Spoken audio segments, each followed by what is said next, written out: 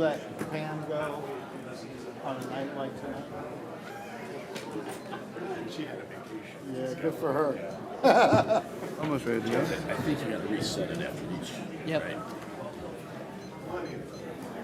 Is your chair? Yeah. I had to group these. So these are what's that? Positive and negative. No, I don't know about that. These are applicants. I don't know. I just had them fill it out just so I can know for records, minutes. Yeah, over here there's this is Speedway Towing, Campus and Co. is that, and then Sheets is behind it. I've labeled them accordingly.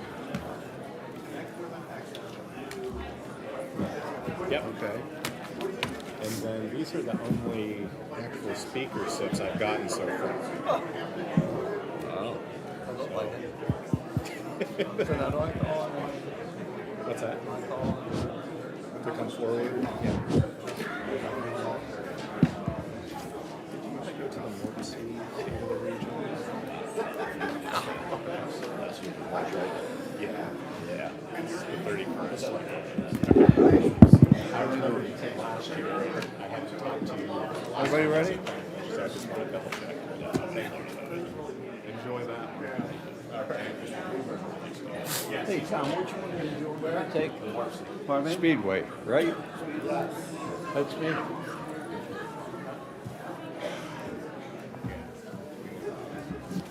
No, you don't have Speedway. Yeah, you got Speedway. I had that confused.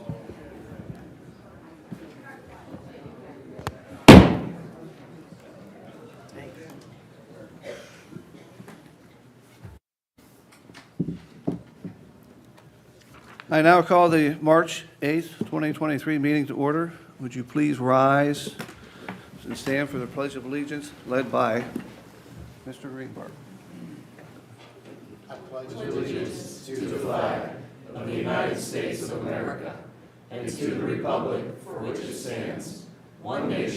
under God, indivisible, with liberty and justice for all.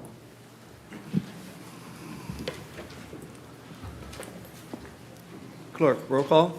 Greenberg. Here. Hicks. Here. Mako. Here. Chapaka. Here. Suriano. Here. Tamarkin. Here. Wester. Here. Additions and corrections to the agenda. I would like to note we're going to add to new business V0001-2023. We had a clerical error in noticing Mr. Rhodes about the hearing. A little mishap there. To give him proper notification, we will move the variance, and we will address that in the new business. Also, I'd like to change the agenda with looking at the attention that's going to be given tonight on a couple of the applications. Would like to move Speedway Towing before Sheets is presented.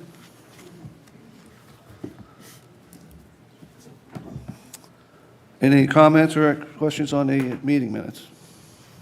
Previous meeting minutes? No? Do I have a motion to approve? Mr. Chair, I move Yep. to approve the previous meeting minutes. Thank you, Mr. Hicks. Is there a second? Second, Mako. Thank you, Mr. Mako. Any discussion? We have a motion by Mr. Hicks and a second by Mr. Macon. Roll call?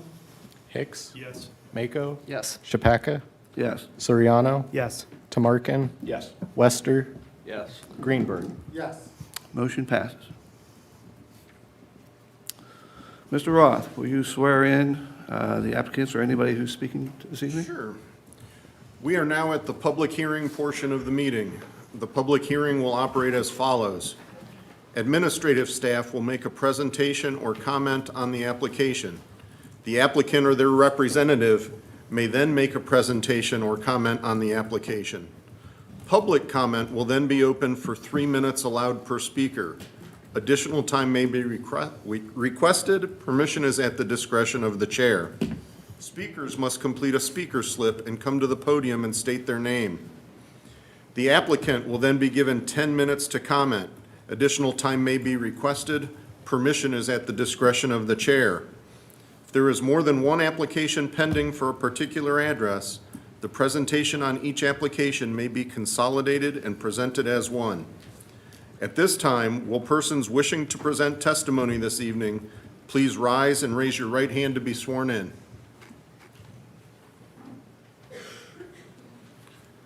Do you solemnly swear that the testimony you are about to provide will be the truth, the whole truth, and nothing but the truth? If so, state I do. I do. Thank you. Thank you, Mr. Roth. The applications we have before us, Campus and Company, there are two issues that we will be addressing tonight. I will read both into the record. FDP-0001-2023, to consider a final development plan application for property located at 460 Havens Corners Road, parcel ID 025-007-064, current zoning CC, Campus and Company, Jerry Southard, applicant, and a design review application, DR 0003-2023, to consider a design review application for a site plan for property located at 460 Havens Corners Road, parcel ID 025-007-064, current zoning CC, Campus and Company, Jerry Southard, applicant.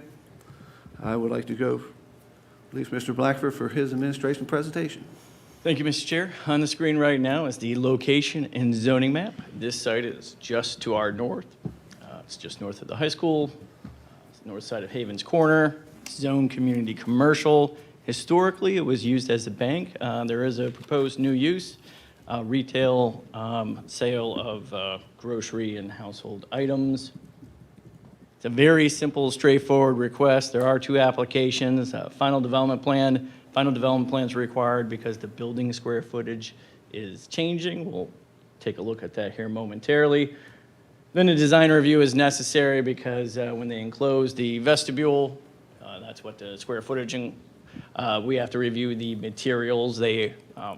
Materials and colors match what's existing, brick. There's also some windows and doors. This request is really mainly an interior renovation, which is building permits, isn't under the purview of Planning Commission. And there's also a second driveway that they're proposing. Right now on your screen there in red, we see where the building is being enclosed. Right in this area. Then here's where that new access point is. Here's what the building looks like. Again, it's just a very modest enclosure there. This is the view from the south, so this is what would be seen from Havens Corner. And here's the view to the west. So again, just this area is being enclosed, brick. So the material matches what's existing, and the color matches as well. And here's what it looks like today. Final development plan criteria.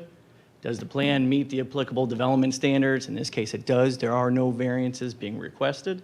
Is it in accord with appropriate plans for the area? Would it have any undesirable effects? Is it consistent with the land use character and development of the area? The design review application, is it compatible with existing structures within that design review district? Again, this is very modest. It's consistent, the enclosure with the existing materials. Does it contribute to the improvement of the design district? Does it contribute to the economic and community vitality of the district? And does it maintain and protect enhance the physical surroundings? Staff believe it does. Again, this is very modest improvements here. It meets code. There's no variances. Happy to answer any questions. And with that, I'll turn it back over to you, Mr. Chair. Thank you, Mr. Blackford. We now open the public portion of this. Would the applicant like to comment? State your name and address for the record. Brad Southern, 144 Misty Oak Place. I just would like to mention that it is a members only. It's a very small community group, and the back drive lane is for delivery, so we could get a small short semi truck around the back to deliver small groceries in the back. That's all I had to add. Thank you for your time tonight. Do we have any, there's no speakers for this issue? Was that Brad or Brian? Brad. Brad. No public? Close the public portion and open it up to the commission for questions. Mr. Hicks? No questions. Mr. Wester? No questions. Mr. Mako? No questions. Mr. Greenberg? No questions. No questions. Okay. That's for me. I do. I got a question for Mr. Blackford.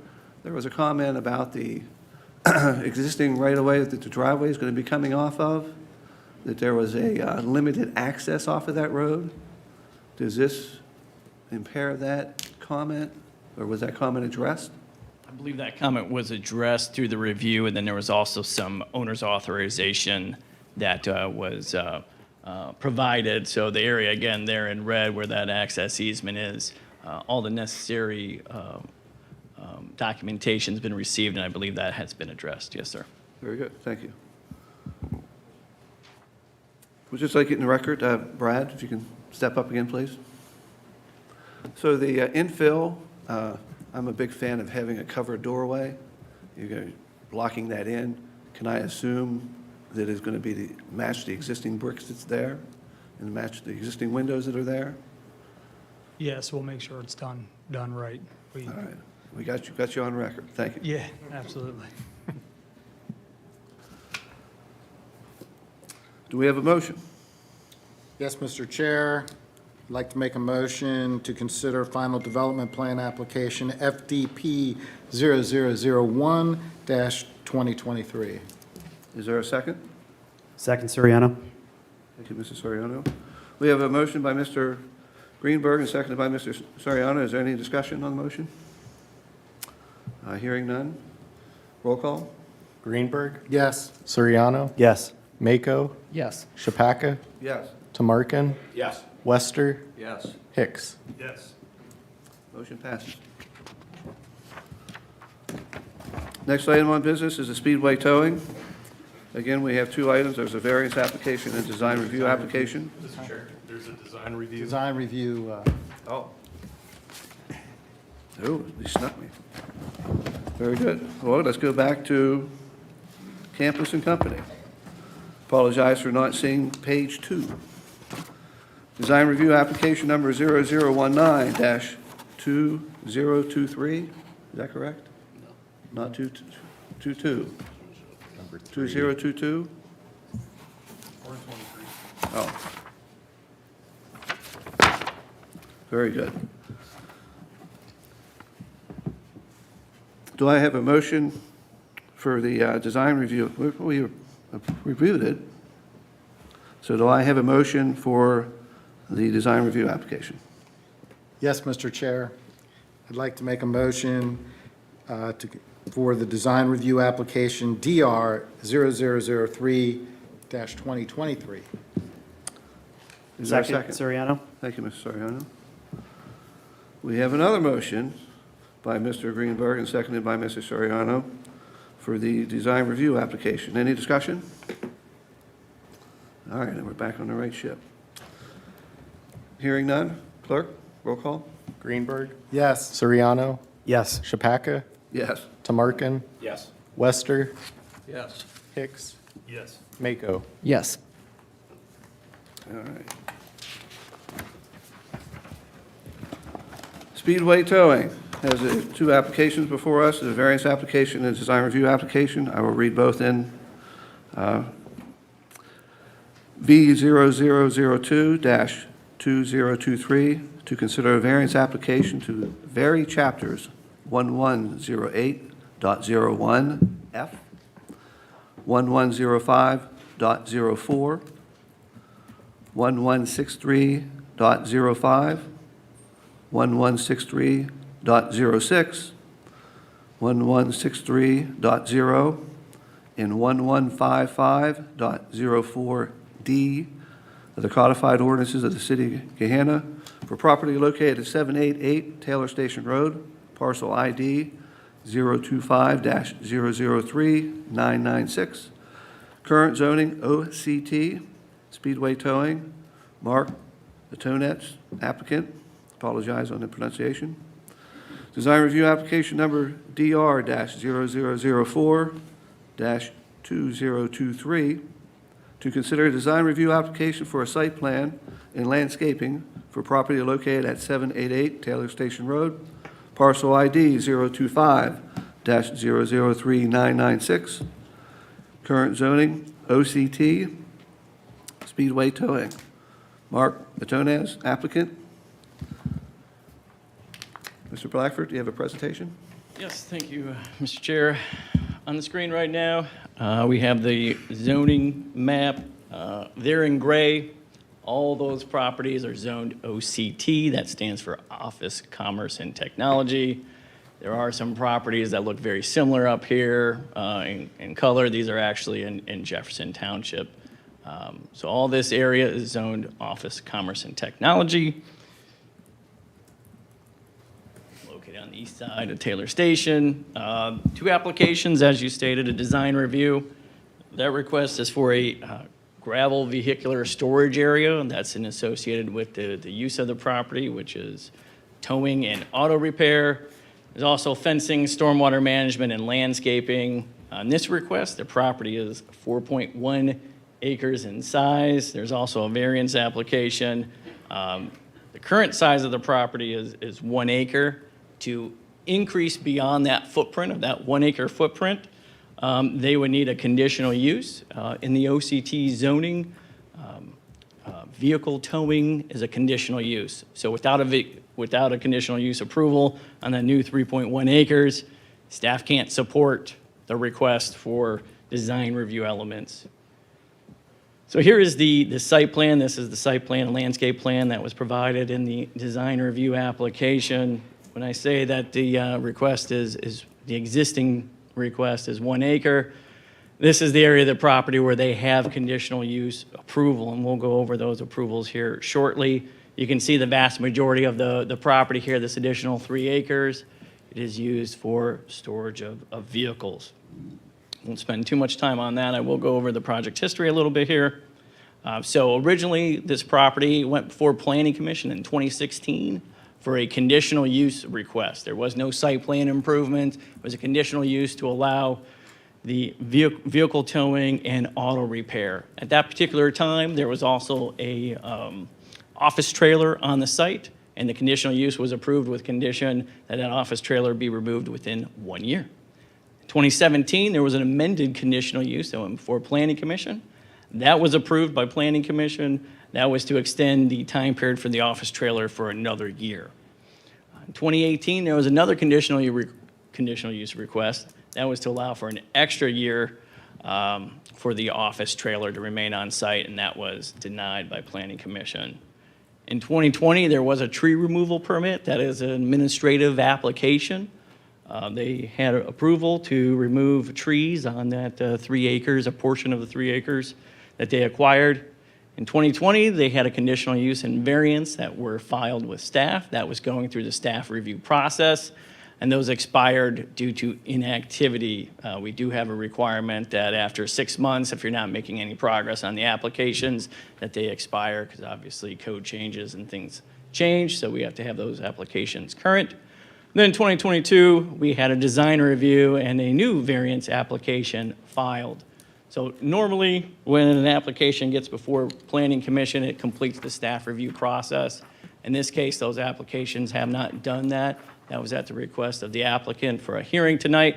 There's open comments from staff on both the variance and design review application.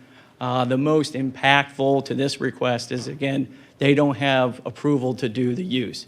We can't approve a design review request for an impound lot and have elements related to landscaping and fencing for an impound lot when that's not an approved use of the site.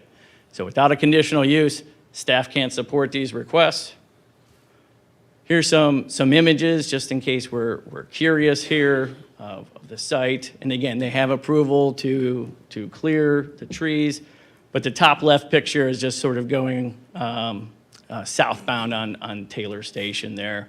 Gives you an idea of the current use of the site. As I stated, staff can't support these applications. Again, the main issue is that the use isn't allowed on that new 3 acres of property.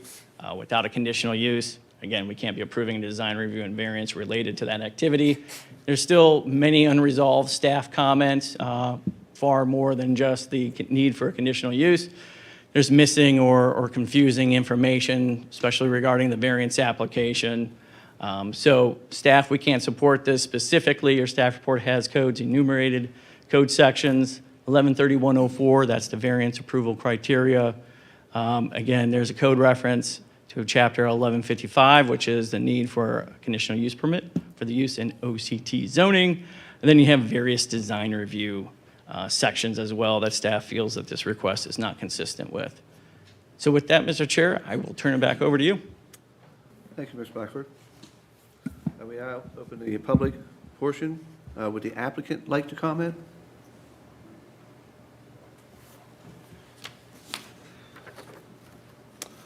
State your name and address for the record, please. Yeah, my name is Mark Antonetz. I'm a partner at engineering firm of Sands Decker. We're the consultant for the owner of the property. Our address is 1495 Old Henderson Road, Columbus, Ohio. I guess I'm going to request clarification because I'm not going to waste your time if we have to get a conditional use prior to this hearing, which is fine. I will say that this is the first we've heard this. So I guess we'll withdraw and submit for a conditional use. I think that would be appropriate. So do we take a motion on that or table that? Or I can just table it? I think The applicant can withdraw their the application. applicant can withdraw the two. Very good. So rather than withdraw, can we continue? No? You want to say anything? Rather than withdraw, can they continue?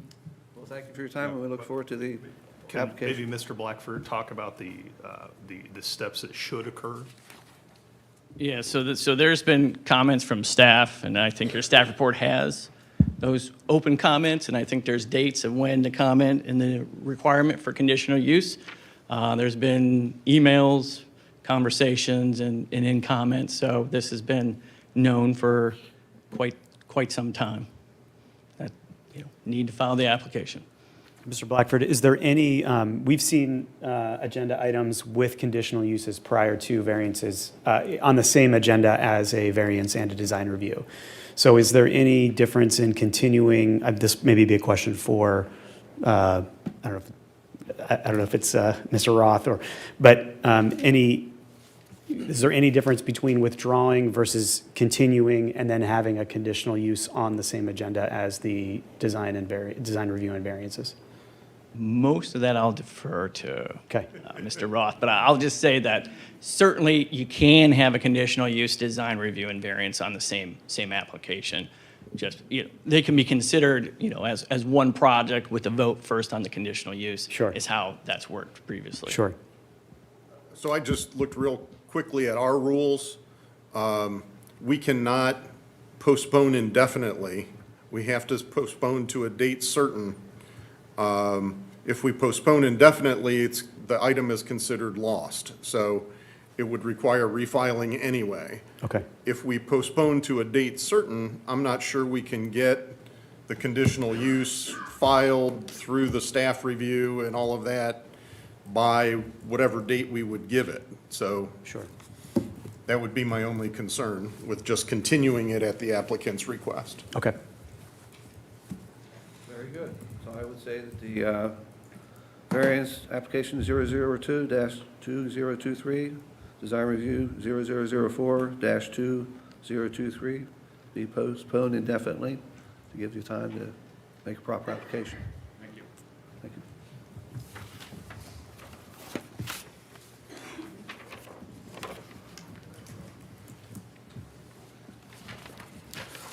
Next item on the agenda is sheets. There are 3 applications, a variance, a final development plan, and design review. I will read all 3 at once for the record.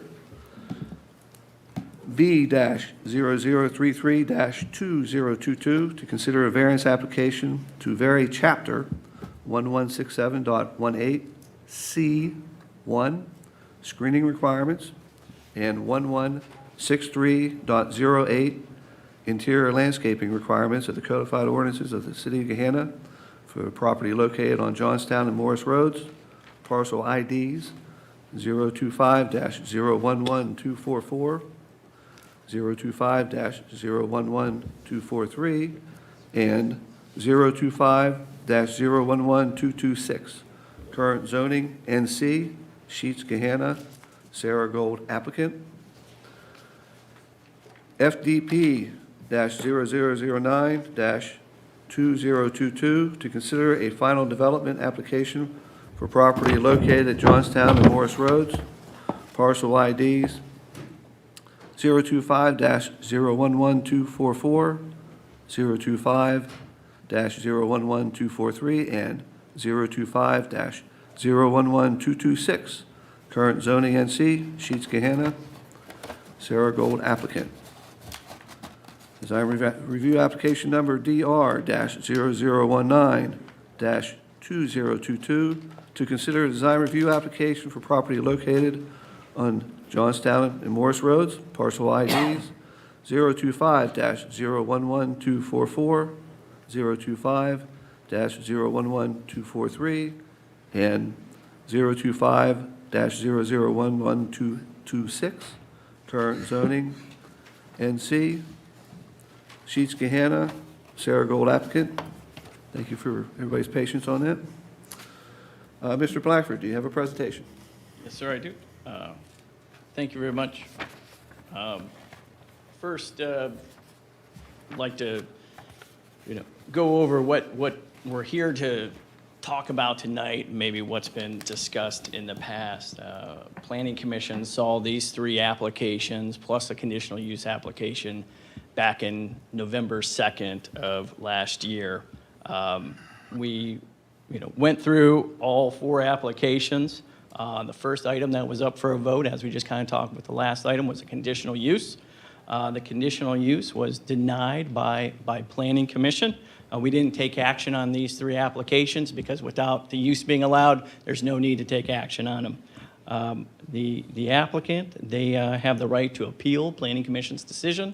They did such. That goes before our Board of Zoning and Building Appeals. That was heard on January 26th. That was related again just to the conditional use. So to the whole issue of is a gas station appropriate or not on this property.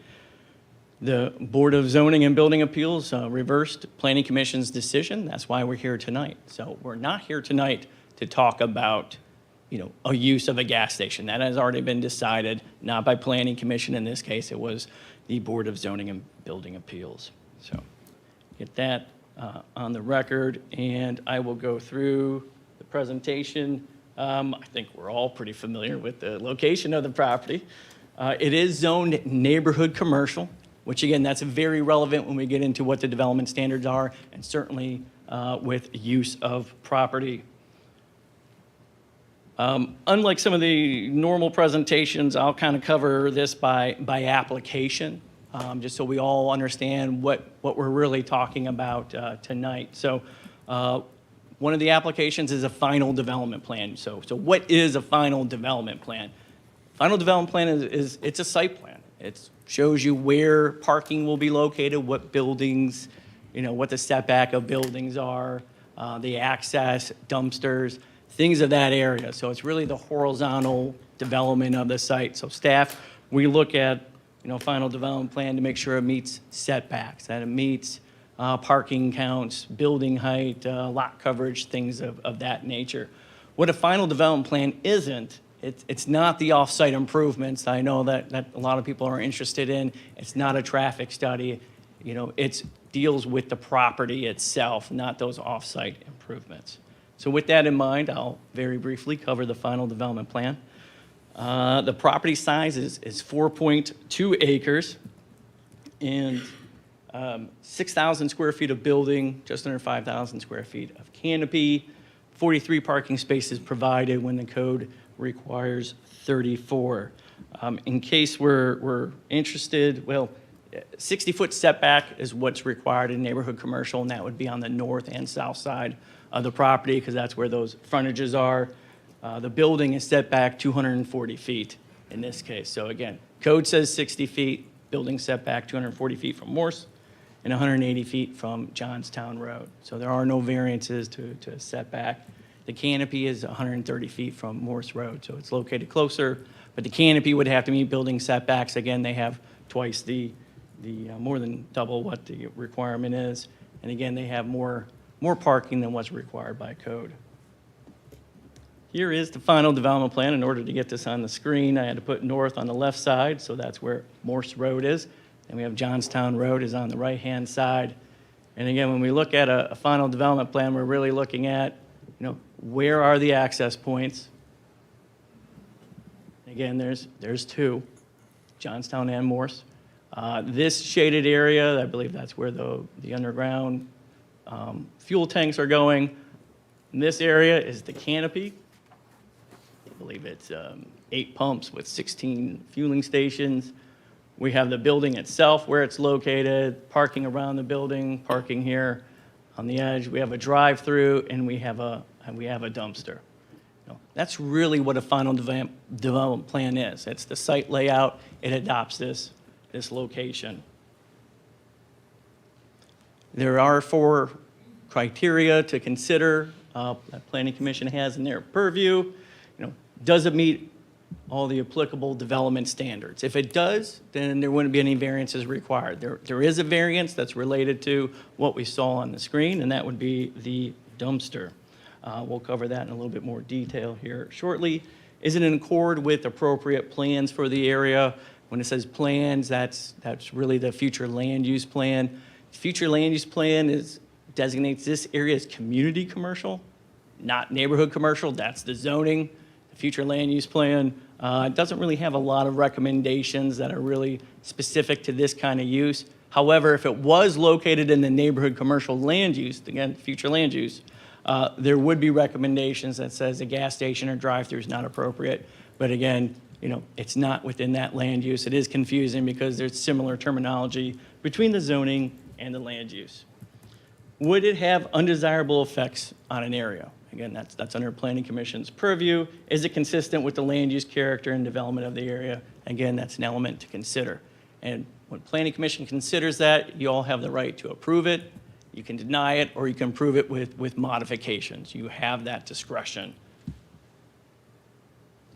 So then if we move into the design review application, what is a design review application? Design review is really those vertical elements that we see on a site. So that's the building, the architecture of the building, that's materials and color, that's landscaping, that's lighting, things of that nature. That's what we look at staff and Planning Commission review for a design review application. So in this case, their building materials, their facade is brick. It's Albany Ashmount Modular Glen Gary, which is like a red brick. We'll see that here shortly. The awnings are canvas and they're bronze. The roofing is a metal roof and it's bright red. Bright is spelled correctly. It's an odd color name. And then the trim is a dark bronze.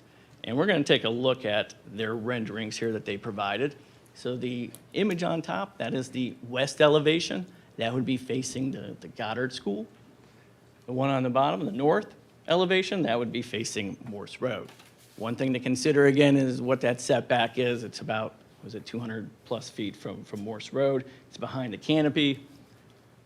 Here's what the east elevation, that would be the elevation that is closest to the market at Rogers Corners. And then the south elevation, that would be what would face Johnstown Road. If we're interested, here's what the canopy looks like. And I think what's probably most relevant on this is you do see some of the masonry work here, but the canopy is bronze in color. And here momentarily, when we look at a couple, maybe the Sheets developments, the existing ones in and around this area, that canopy is typically red.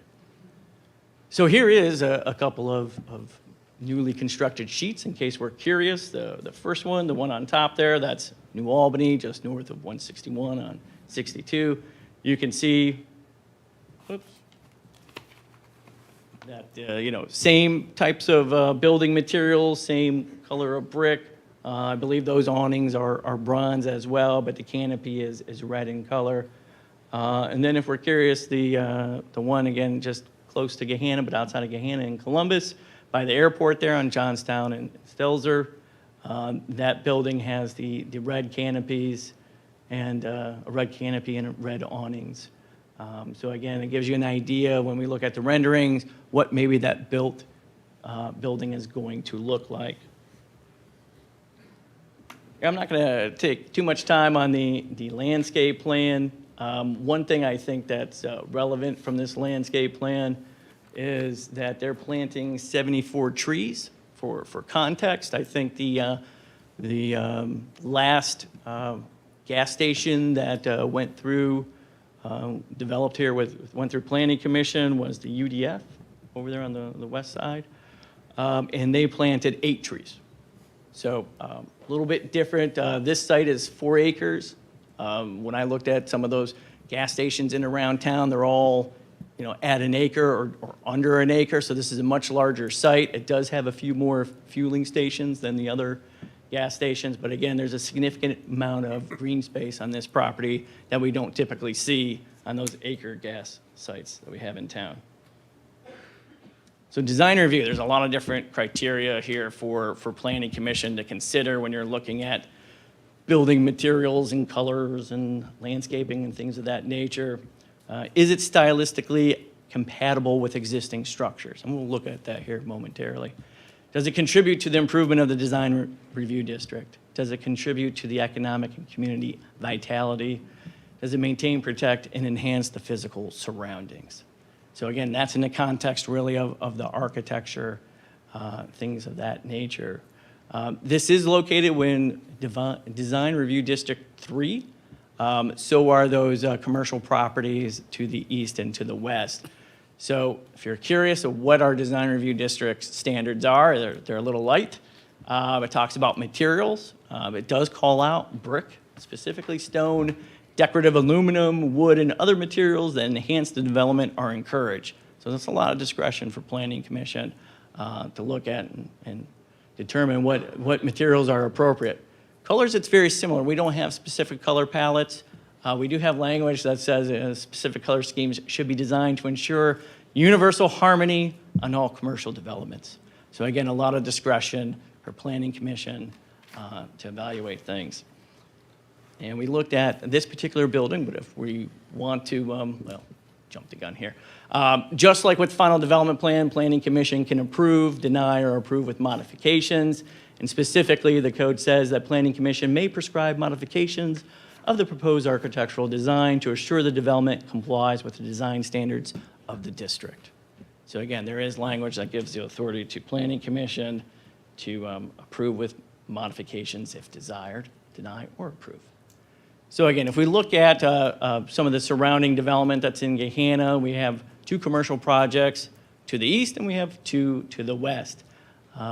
This one's, again, just a pitching wedge here to the east of this site. This is the barn. The materials here, we have white metal panels and we have a red metal roof. As we move westbound, we have the corner, or Rogers Market, High Bank, the newest development there, our tenant space. Again, that's the same materials as the barn, white metal siding and a red metal roof. Again, this is adjacent to the property, but if we go to the west of the property, oh no. We have the Goddard School. This particular building is brick.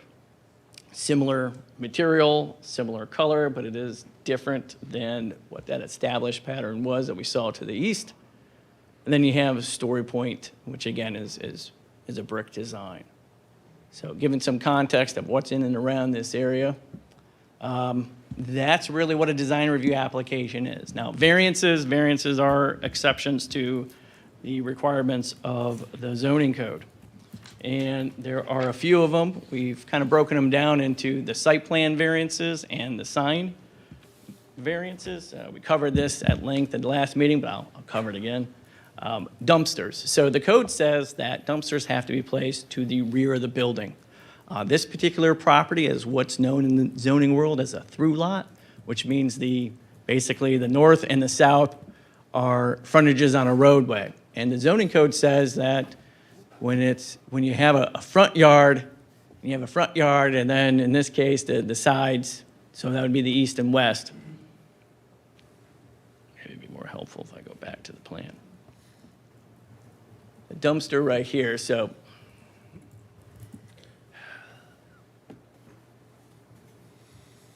the dumpster location does not meet code because there is no rear yard. So that doesn't mean they have to place it right here. Again, Planning Commission has some discretion, but they cannot have a dumpster on site and have it meet code because this particular lot type doesn't have a rear yard, and that's a code requirement. So any development on this site that would have a dumpster would need this variance. So this is not unique to the Sheets application. Again, this would be any development that needs a variance. The required amount of interior landscaping shall be 5% of the total area of the parking lot pavement. So what that means is, in the parking area, you need to have tree islands in and around that, rather than, since it looks like maybe the parking area was a little tight, rather than expand that area out, they've decided to place trees in and around the property rather than in the parking area.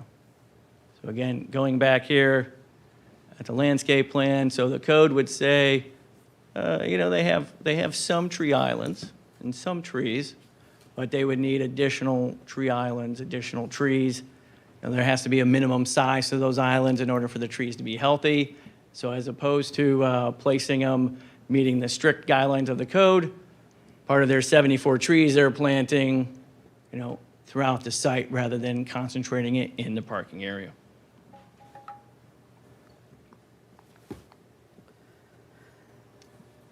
Then there's a handful of sign variances. The zoning code limits commercial properties such as this to 150 square feet. They're requesting 225 square feet of total sign area. I will say that is not unusual for gas stations and fast food restaurants tend to have a lot more signage than what a code normally would allow. There is one ground sign per street frontage. They have large monument signs, ground signs, but in addition to that, there's other types of signs that they have in the drive-throughs and that are considered ground signs. So they would like 5 instead of the usual 1. A variance to allow 2 projecting signs directed towards the same street, where 1 projecting sign per street frontage is permitted. I believe that's in the canopy area coming off of the gas pump area. Again, all that is signage, all that has to be permitted, all of it has to meet code, which this request does not. We have another variance here. Variance to allow reduced sign setback of 5 feet. I think they modified their site plan slightly. I believe it's still 5 feet from the right-of-way of Morse Road, but it's 10 feet now from Johnstown Road. The code requires a 15-foot setback. We'll talk about that in a little bit more detail here shortly. There are 2 more sign variances. Variance to allow a clearance bar sign at 16 square feet and 18 feet in height. 8 feet's the maximum height allowed by code. And I'm not certain off the top of my head if that clearance bar is in a drive-through or in the canopy area. But again, with that type of signage, it has to be lowered to the ground, and they would like additional height. Last variance here to allow for an order point ground sign of 23 feet and 13 feet in height, where the maximum is 8 feet. So again, when you're going through the drive-through, there's height limits because all those are considered ground signs, and they would like it taller than what the code allows. Then there's also a variance to allow 2 electronic order screens in an area that changes more than once daily. So we do allow for very limited amount of electronic signs. There is a limitation in how often those signs can change, and I believe it's once per day. So to have more frequency of change was certainly going through a drive-through with a menu board. They're requesting a variance from that limitation. The one variance that staff noted in the staff report, we had some concern here. This would be the ground signs, the large ones here at the entrance to the property off of Morse in Johnstown. Doing some quick calculations, and it doesn't really show, but you can kind of see here, this is the stop bar. I believe this is about 40 feet from the stop bar to where the monument sign is on Morse Road. So 40 feet, that gives you, what it was about, parking spaces are usually 10 by 20-ish. So, you might be able to get a couple of cars there, maybe 3 cars, and not have, an obstruction, possible obstruction from the view of the sign. And that's staff's concern is what kind of obstruction hazard would the sign in that location create? Again, high traffic area, a lot of pedestrians, a lot of traffic movements in that area, trying to limit any type of visibility obstructions is staff's concern. More so on Johnstown, they did move an additional 5 feet, but that really gives it about 10 feet from the stop bar. So again, as cars are stacking in those locations, a sign potentially could obstruct a view of traffic. All right, so there's different criteria to approve or deny a variance based off the type of variance that it is. So the site plan related variances, which would be the dumpster and the interior landscaping, the criteria to approve or deny is, are there special circumstances or conditions applying to the land, building, or use? Staff's opinion, there certainly is a special condition when talking about a dumpster. Again, a dumpster has to be in the rear yard. There is no rear yard, so any dumpster on this site would need this variance request. The granting of the variance is necessary for the preservation and enjoyment of substantial property rights. And the last one there, granting of the application will be materially detrimental to the public welfare. So would it negatively impact services and create a hazard? For signs, it's a totally different type of criteria that's evaluated. I didn't list all of them, but the main ones are up there on the screen. And would the property yield a reasonable return or beneficial use of the property without the variance? Is the variance substantial? Is the essential character of the neighborhood, would it be substantially altered as a result of the variance? Is there a feasible alternative other than the variance? Is the sign compatible with the design character of the immediate area? Would the sign be hazardous to traffic or detrimental to public safety? And like the other applications, Planning Commission does have discretion as to approve, deny, or approve with modifications. Specifically, the code says, related to signage, that the Planning Commission may specify the type, location of sign or impose any conditions it may deem to be in the public interest. Just something for consideration. As we stated already and stated at the November meeting, staff does have some concerns with the reduced setback for those monument signs, which are the larger signs. Again, heavy traffic in this area. I'm very certain that many of the signs up and down major roadways probably don't meet the current requirements of 15 feet from the right-of-way, and those requirements have been in place for, I don't know, like 15 years or so. But staff's really not aware of too many variances, if any, where we've reduced the setback for those monument signs to be closer to the roadway. And again, I think staff's concern is that it could possibly create some hazards. So we wouldn't be supportive of that variance. And with that, Mr. Chair, I'm all done. And I would just say that we do have a couple of folks in the audience that might be of assistance to Planning Commission as you discuss things. We do have Scott Seaman with GPD. I believe he's familiar with the traffic study and was part of that review process. So if there are comments or questions for city or city-related consultants, we do have him in attendance. And we also have Fritz Crozer in attendance as well. He is with the Franklin County Engineer. So again, we do have some folks from other jurisdictions that might be of value to Planning Commission. And with that, I will turn it back over to you, Mr. Chair. Thank you for that exhaustive explanation. It's always amazing to see how every little thing has a quantity, color, material written down in the code somewhere, what we can abide by. With that lengthy explanation and the items before us, Mr. Roth, can you explain or kind of address what is under our purview tonight that we can vote on? Certainly, Mr. Chair. And just to put things in perspective for the public, we have a lot of members of the public here that we don't normally see at our meetings.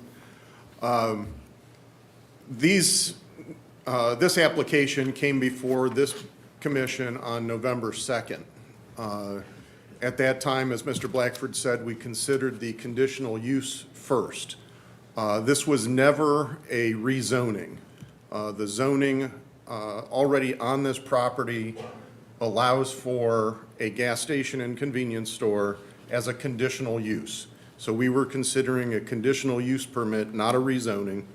I believe this board voted 6-1 against that at that time. The final development plan and the variances were all in front of this commission on that night, but we did not vote on them because they were moot at the point this commission turned it down.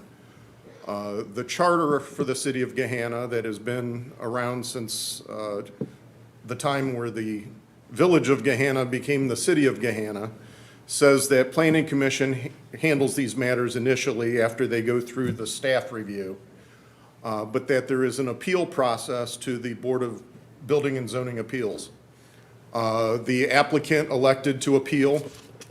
As Mr. Blackford said, first, our hearing November 2nd was a properly noticed public hearing. Nothing was done below board on this when it was before Planning Commission the first time. The Building and Zoning Appeals Board also was a properly noticed meeting, January 26th.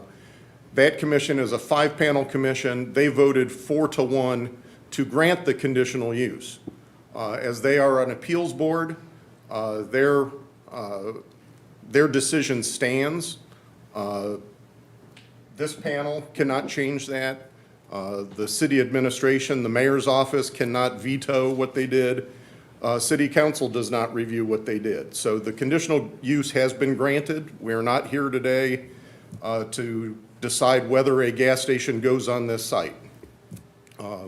What is back in front of us are the additional things, as Mr. Blackford said.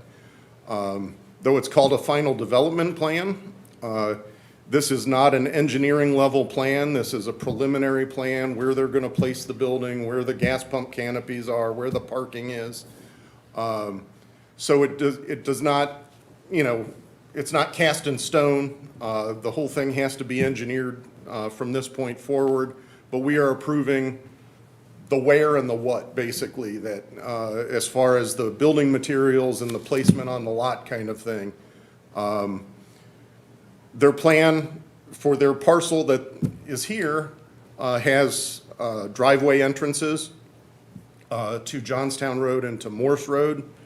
Again, this is a preliminary, though it's called a final development plan, it's really preliminary as far as when it gets down to the pavement and the widths and the curb cuts and things like that. That's all going to be in the future, and there will be engineering review. We do not have anything in our code at the planning commission stage that requires a traffic study. The applicant commissioned one. They said when they were here in November, they would follow the recommendations of the traffic engineer they followed. And that deals with some off-site improvements, but that's not really in the planning commission purview. So I don't know if that answers your questions, but that's really what's in front of us today is the materials, the signs, the placement on the general placement on the lot. It's not even specific placement on the lot at this point. Well, thank you, Mr. Roth. If we get off target here, clear your throat. Okay. We'll call on you again.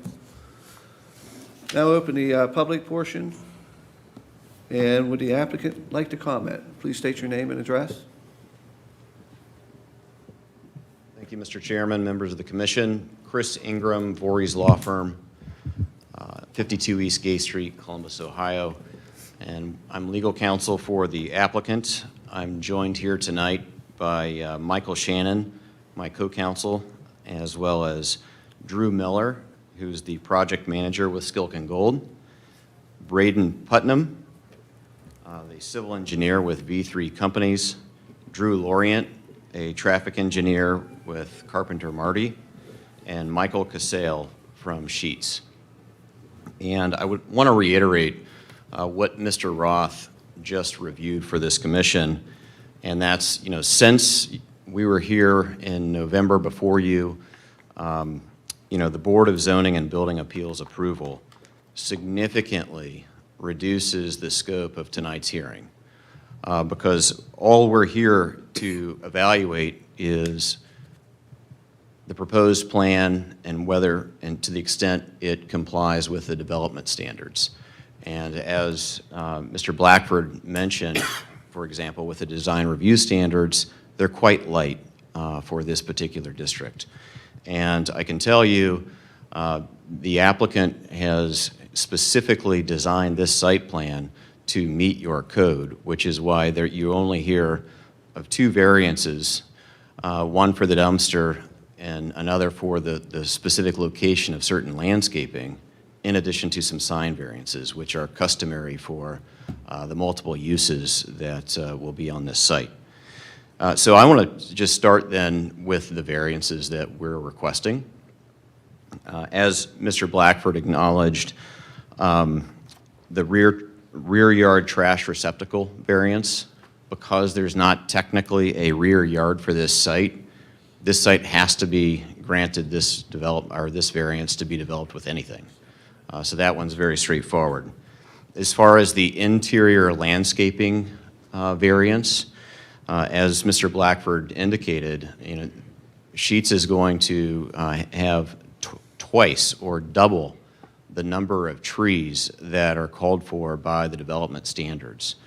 It's just that instead of locating those trees and that landscaping in islands or peninsulas in the middle of the site, it's provided more buffering along the perimeter, which and in the green space, which is unique to this particular site. So again, this site plan in front of the commission vastly exceeds the landscaping requirements. It's just a matter of orientation on the site. Rather straightforward. One area where I do have some disagreement with Mr. Blackford is with respect to the monument signs. The plan before you tonight has been revised since our last meeting. We took staff's comments from November. We did revise the site plan and the landscaping plan to add both landscaping around the monument signs to eliminate that variance request, as well as he did indicate, we moved the monument sign as far back as we could from Johnstown Road. And the reason why this application, this site plan requires a variance from the setback for these 2 monument signs, the monument sign along Johnstown Road and Morris Road, is because if you'll recall, towards the end of the meeting in your November hearing, there was discussion about the fact that this site is encumbered by development standards that are administered by the New Albany Company. Under those standards, and frankly, to make this development compatible with those developments around it, there's fencing, that the white fencing is required, and these monument signs necessarily have to sit in front of the fencing. And so, we have inverted the fencing there. We're bowing it in a little bit to get the monument sign as far away from the roadway as we can, while preserving the aesthetic of that requisite fencing. That's why this particular site requires this particular variance. And the one thing to note is that our traffic engineer can tell you that the ODOT standard for monument signs from roadways that are 40 miles an hour and over is 15 feet from the edge of the pavement. And when you look at the Morris Road monument sign, it's set back approximately 48 feet from the asphalt. And remember, this is a right-in, right-out, and the monument sign's on the right. So when you're making a right-hand turn, you're looking left. So there would be no sight issues or any presence of this sign interfering with the sight lines, just by nature of the fact that you're going to be looking left and, again, the extensive setback from the roadway.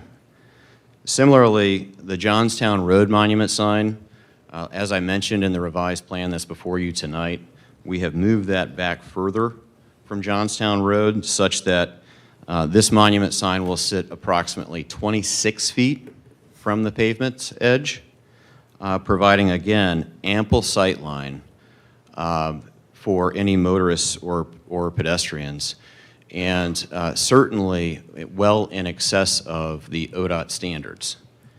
And Mr. Chairman, if I could approach here briefly. We have, may I approach? Yes. As long as you have enough copies for everybody.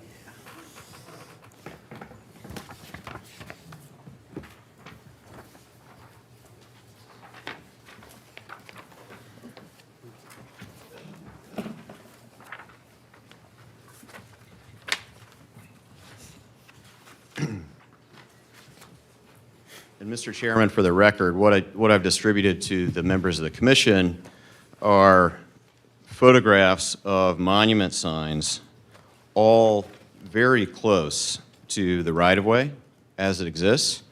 And this is exactly what we're proposing to do on this site.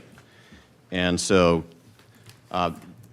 clearly, as Mr. Blackford indicated, these setbacks have been on the books for quite some time, but you can look a mere pitching wedge away, as Mr. Blackford put it, to the barn.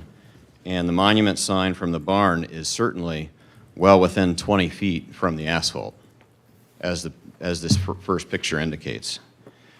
And so by granting this variance, it would be very clearly in line with what has been approved on other commercial sites throughout the city. And certainly, the variance for these monument signs would be insubstantial, as that term is indicated in your code. The other sign variances, frankly, and as the staff report noted that's in the record, uses where you have drive-through restaurants, almost all require sign variances because of the nature of drive-throughs. And here, the remainder of the sign variances that the applicant is seeking are really the result of having multiple uses on this site for being both a fuel service station as well as drive-throughs. And so happy to answer any questions about those sign variance requests, but we would agree with staff they're pretty straightforward and customary for this type of use. Would note that the Gahanna Department of Engineering and the Fire Division, as the record states, have reviewed these variance requests and did not have any objections whatsoever. So there really aren't any health or safety issues with that. And in sum, given the dual road frontages, the New Albany Company development standards, and the fact that there will be multiple uses on this particular site necessitate these variances.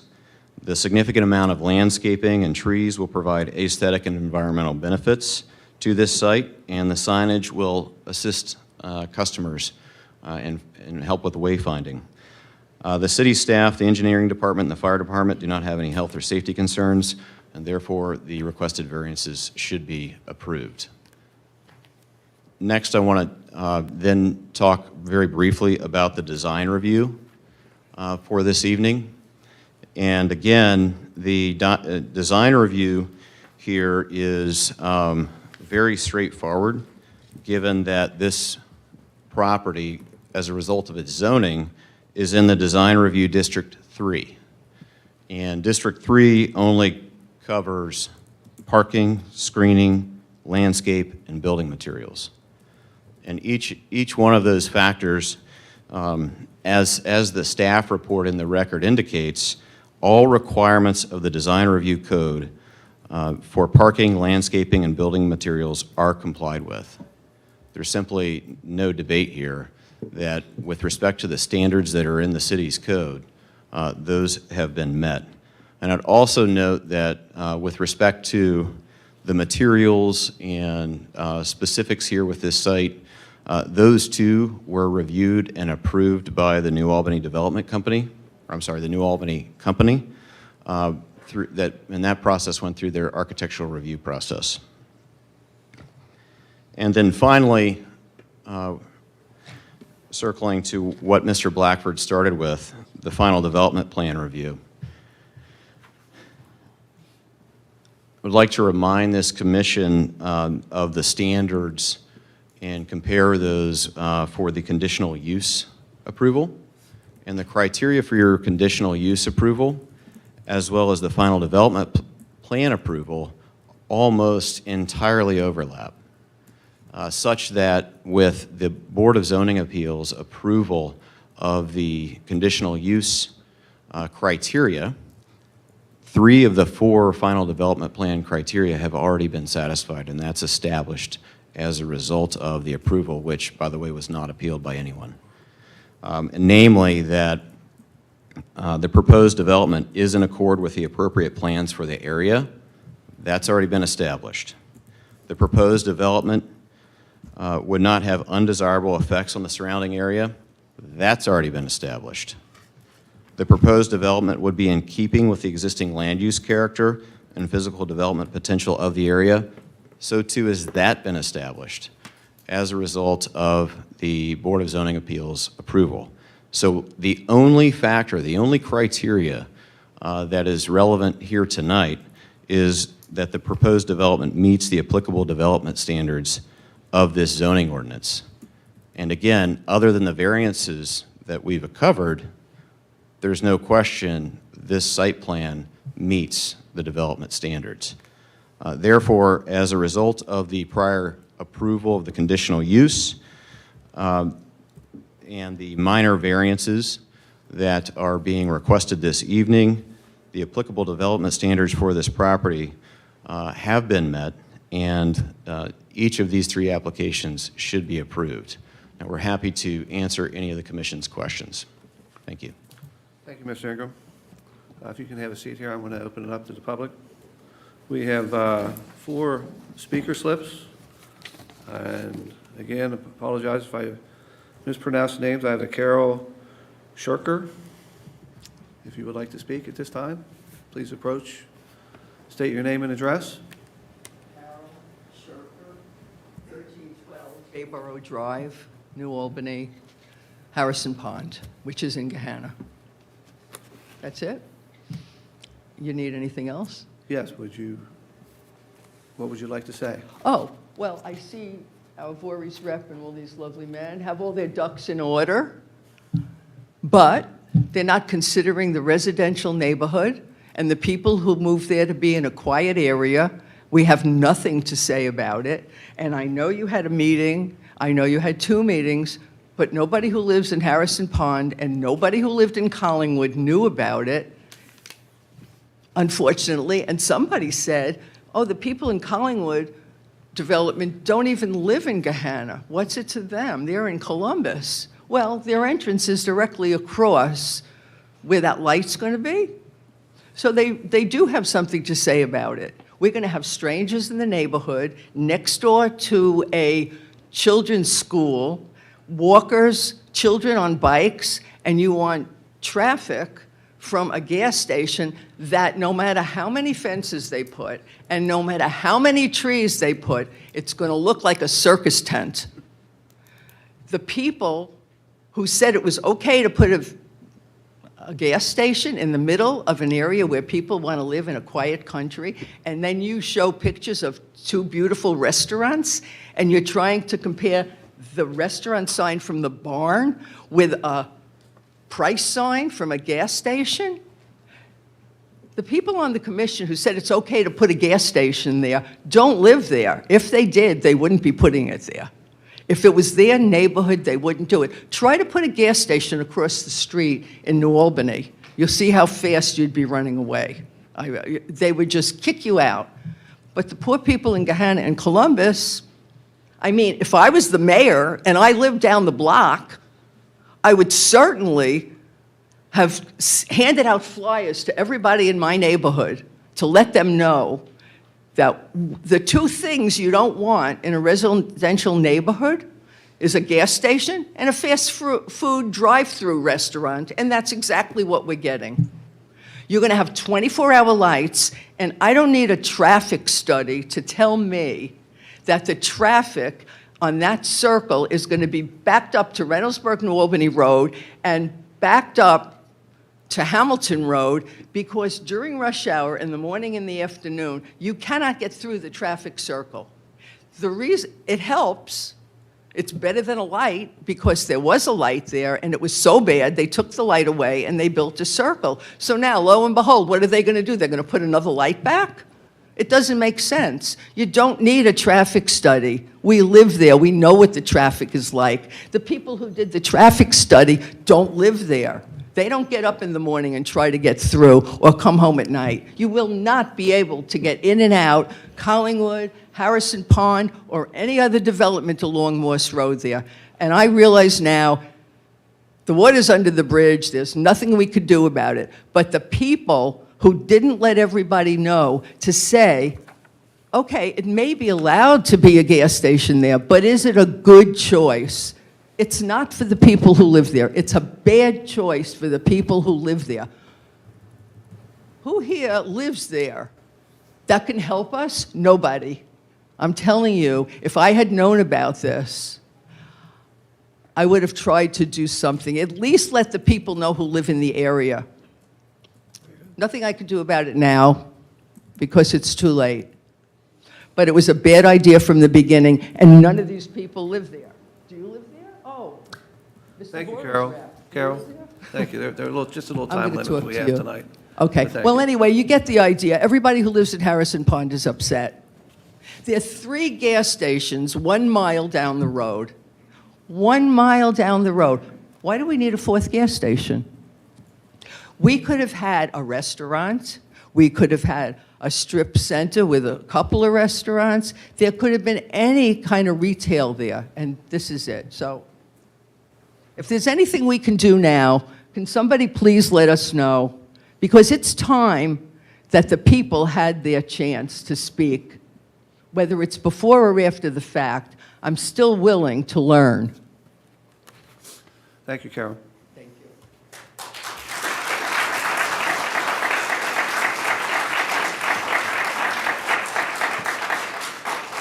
you. Our next speaker slip is Mindy Schneider.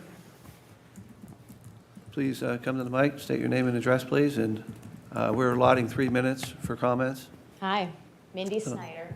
I live at 5600 Morse Road, Gahanna, Ohio. And I've lived there since 1976, give or take. My family's owned it since 1940s.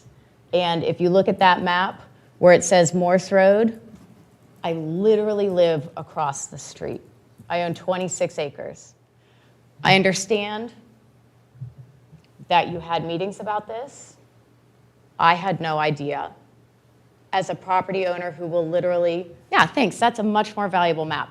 That big white blob, yeah, that's my land. And it has been for generations.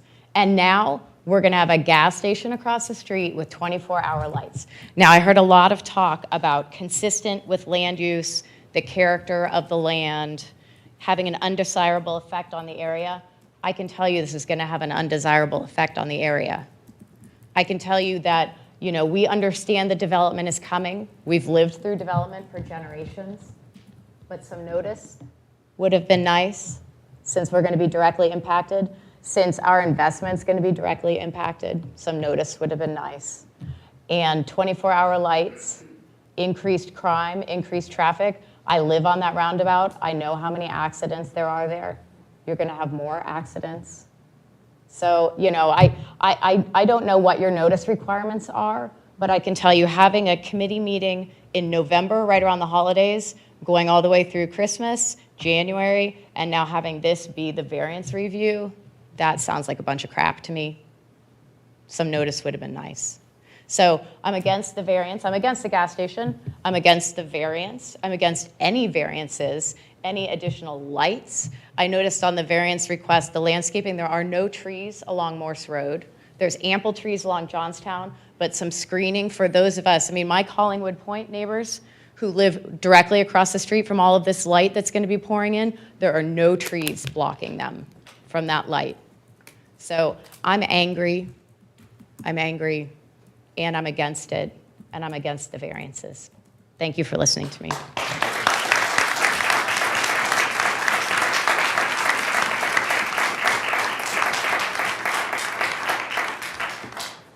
The next speaker would be Aaron Epstein. State your name and address for the record, please. Thank you. Aaron Epstein. I also reside at 5600 Morse Road. Mindy is my wife. I just wanted to speak very briefly to some of the variance requests, which were described curiously by council as very minor variations. If I could, sir, if I could ask, could you put back on the screen the variation having to do with the clearance bar?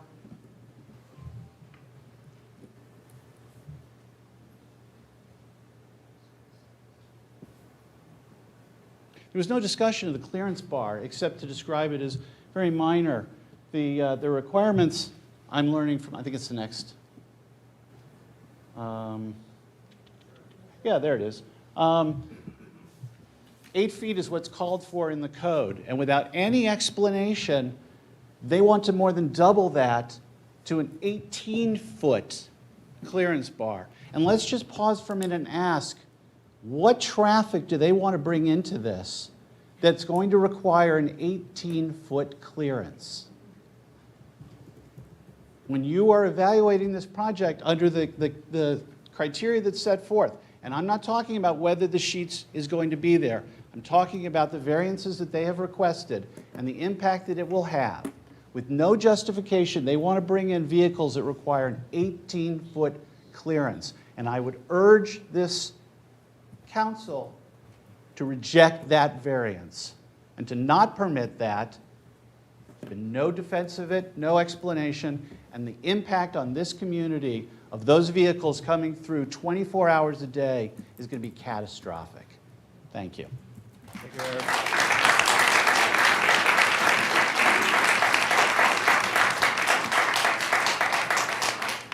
The next speaker is Michael Maxfield.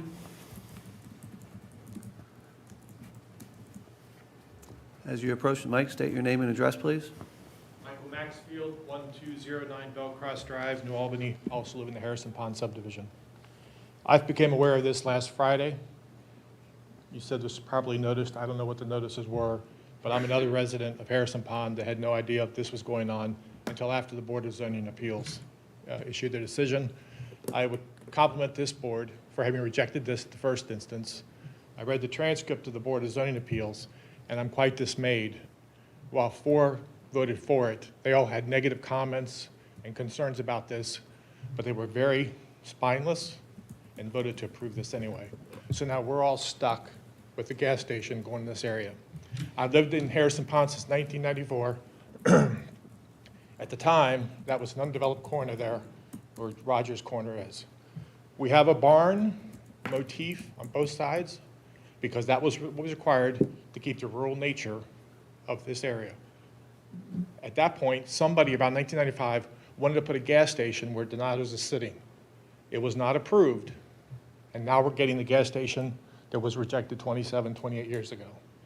There was a red light, for those of you who are longtime residents, there was a red light at Morris and Johnstown Road, and as traffic got worse and worse from the time we lived in 94, approaching 2000, the road would back up literally from that corner almost back to Hamilton Road on one direction, way down Morris Road the other way, and of course on Johnstown Road both directions. The roundabout relieved that pressure, but now they want to bring back another red light. As I understand it, it's about the entrance to the Albany Glen development. That's 0.2 of a mile from the roundabout to that cut-through. You're going to have traffic backing up there again. You're going to recreate the problem that was relieved by the roundabout and which was removed because of its traffic problems and all the safety issues that go with it. I'm against this. I have nothing against Sheetz, the company, but this development has nothing to do with the rural nature of that community, the neighborhood feel that we have there. It is going to create more traffic. It's going to create more problems with pedestrians. It's just simply a bad idea. I understand we're stuck, but I would oppose every variance as well. I don't know why we have to have larger signs, why we have to have the bar 18 feet. If they're bringing in tractor trailers, that's not residential use. What do they need to get in that place for an 18-foot clearance?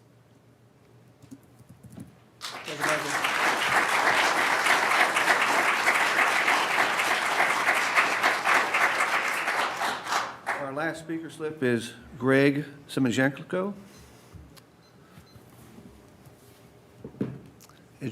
Educate me on your last name. Silent J, Samolenko. Silent J. My name is Greg Samolenko. I live in Harrison Pond as well, 1271 Bellcross Drive. Me and my family moved in about 7 years ago, and we moved for the very reason of finding a nice, quiet residential community, good school system, Gahanna, and we go through the neighborhood riding bikes with my daughter. I like to drive up to the, or bike up to the roundabout, go all through there. And having this kind of increased traffic in a gas station, again, nothing against Sheetz. I like the other Sheetz over in New Albany. It's a great place, but this is just not a good location. As people have mentioned, we have 3 gas stations just up the street.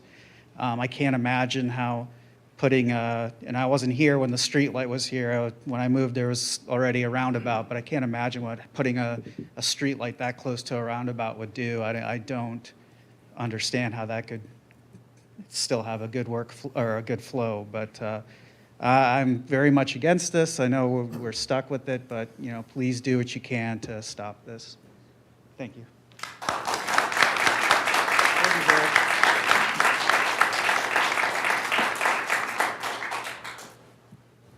Would the applicant like to respond to some of the comments that were made?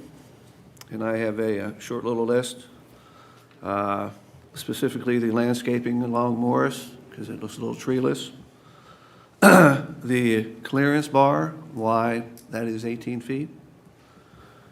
The staple architectural style of Sheetz versus the New Albany company, even though approved,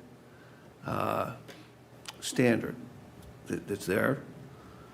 The red light that's a little further down, if you could just kind of comment on how that came about, and also why, after 3 gas stations in the area, you feel putting another one here would be a good idea. So that's 5 comments. Have at it. Thank you, Mr. Chairman. Chris Ingram again. First of all, with respect to the trees on Morris Road, it's a little difficult to tell on this particular sheet because it's zoomed in a little too far, but we are preserving the existing trees along Morris Road, so that is incorrect. There will be trees along Morris Road.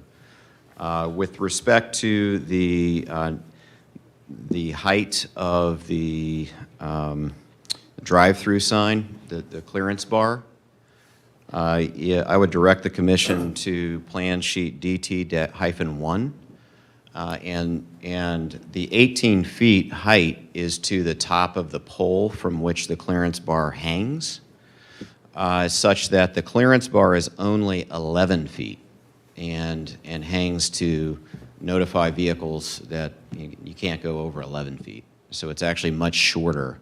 It's just the reason why we need the variance is the height is measured to the top of the pole from which the clearance bar hangs beneath.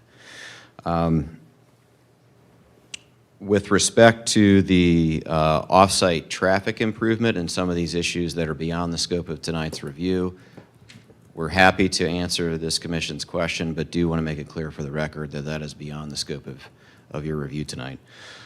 First of all, for the traffic light, if Mr. Lorient would come address that issue, Mr. Lorient's firm, Carpenter Marty, performed the traffic impact study.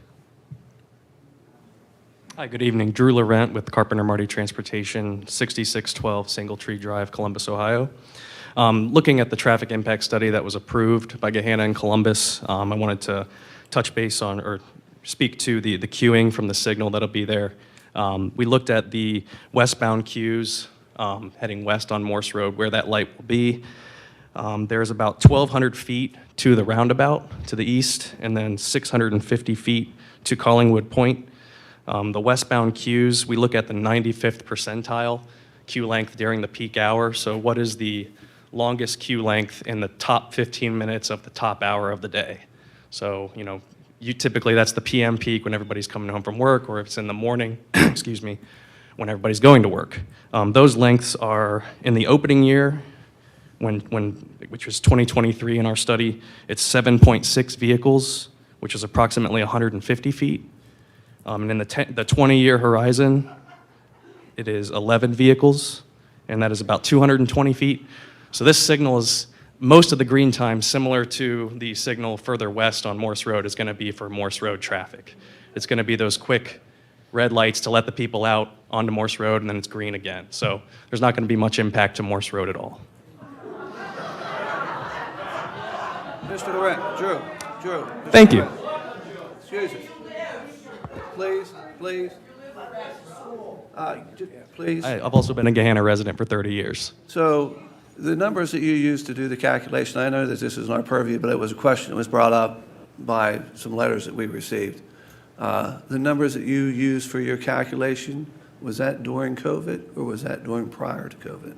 Those numbers were collected after COVID. After COVID? We're still in COVID. And we make adjustments for those as well. During the COVID times, we were required to make COVID adjustments for the decreases in traffic. So the traffic consideration that you're doing and consider, is it for the people to the north of Morris Road, which is considered New Albany because there's more houses up that way, or is it equally both for the south and north of Morris? I'm not sure I understand the question. So is the traffic light there because of what's going to the north of Morris and not to the businesses to the south? The signal warrant was triggered by the trips generated by the sheet site. By the sheet site? Correct. Thank you for the clarification.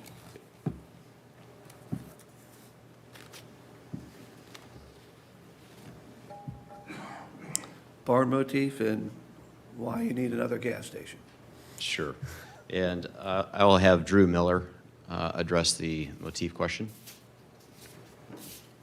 And Mr. Chairman, if you don't mind repeating that question, so we make sure we give you the So answer. there's an architectural style that's up in New Albany. I mean, they got the fence, they got the colonial style everywhere.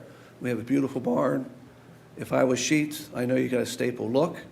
Why was there no consideration to blend it in to the style that's there? Even though New Albany approved it, I'm questioning why can you change it, or what was your motive or reason for the keeping the style? Good evening. My name is Drew Miller. I'm with Skilk and Gold. So I would say that this isn't very keeping with a prototypical sheet store. Mr. Blackford did share a few examples of other sheet stores, but this one really isn't prototypical. As you know, the New Albany company owns this parcel that we're under contract to purchase, and we started going through a design review with them last year. We went through a few rounds of reviews with them, and we adjusted to their standards, and we made quite a few changes to the store. Some of the changes that you see there is the bronze awnings. All of the bronze canopies and awnings are very non-prototypical. This, as well as the red standing seam roof, it was described as bright red. That's actually not a prototypical sheets red. And we did change that to comply, to get closer to the other red colors that you see on the roofs of the neighboring properties. Okay. Well, I would say that, you have any more comments? Oh, so New Albany had their review. I will see what the commission has for our review of the items. Thank you. So the last remaining one is, do we need another gas station? And I'll call Michael Castle from Sheets to answer that question.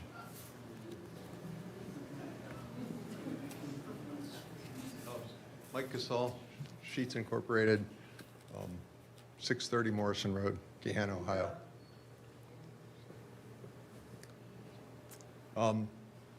The reason that we're looking at this corner or any corner is because we're looking for corners with high traffic. We're looking for corners that are available. You know, you can't just pick a corner if people aren't willing to sell. We're looking for corners that have a zoning district that meets our needs for all of our uses. And just because there's other gas stations in the area doesn't mean they offer the same things that we offer. You know, we do offer a full-service restaurant. I don't know what the other gas stations are in the area, but those are our criteria for picking a corner. All right. Thank you, Mr. Castle. You're approaching some kind of time limit that was ruled somewhere long ago. You got a closing comment or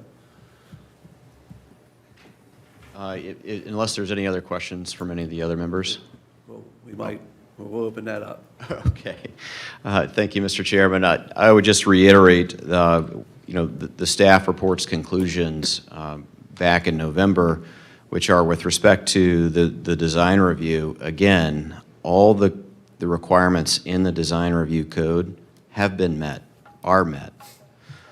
With respect to the variances, again, these variances are absolutely necessary for this particular site for the reasons that I listed, and the fact that for the final development plan review, this site was intentionally designed very carefully over a long period of time and working with the city's staff to satisfy the development standards that apply, and it does so.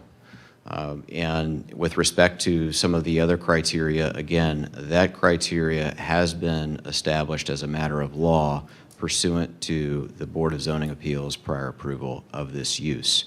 The concerns that I've heard tonight about off-site improvements and the particular use, those too have been resolved. With respect to the use, and the off-site improvements will come at a later stage. Thank you. Thank you, Mr. Ingrid. We now close the public portion of this meeting and open it up for questions from the commission. Mr. Greenberg, do you have any questions?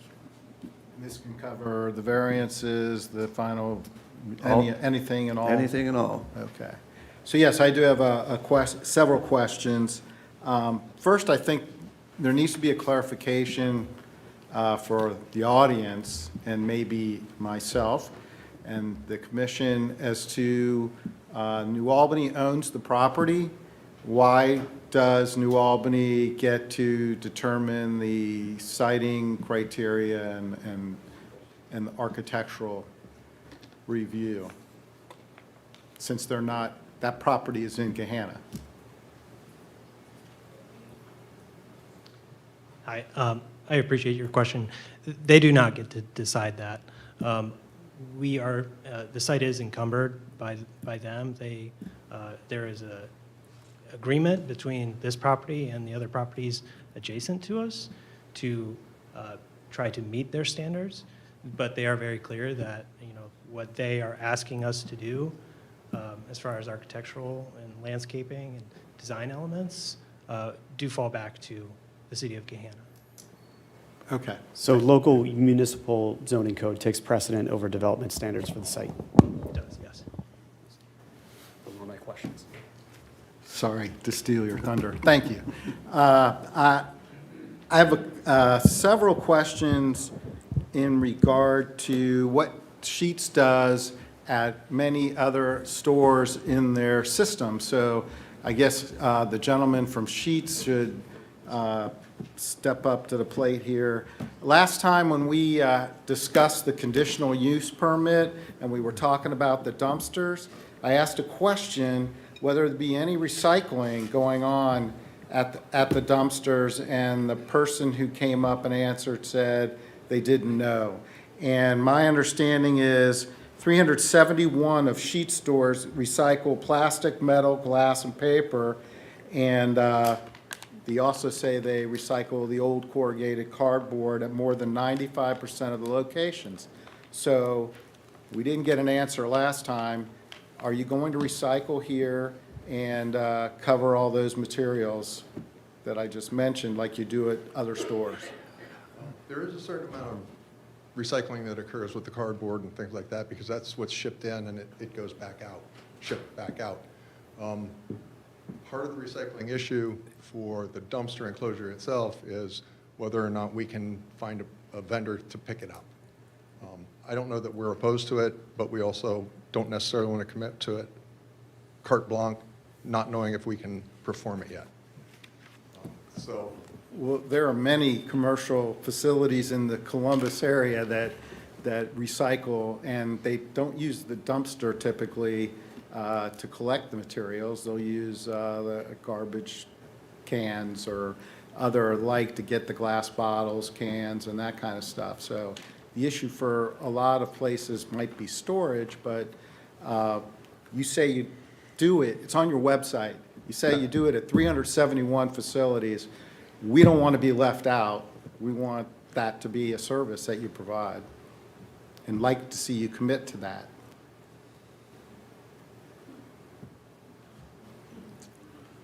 I don't have a problem committing to it if it's available. I can't tell you that I can find a vendor that is going to come out and pick up trash cans off of our site. So typically, our employees would have to create a separate trash enclosure that would be for recyclable material.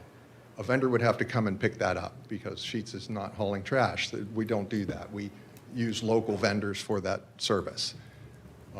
I will tell you that we certainly will investigate it. And if it's available here that we can make operationally work, we'll do that. All right. You want to follow that up? Chris? I would just follow up for the commission's benefit. Certainly, as you've heard, Sheetz will do what it permits, but as far as the operations, that's beyond the scope of tonight's hearing. And unless the city of Gahanna has required every commercial business in the city to abide by these kinds of conditions, you are jeopardizing or running afoul of the Equal Protections Clause. Thank you.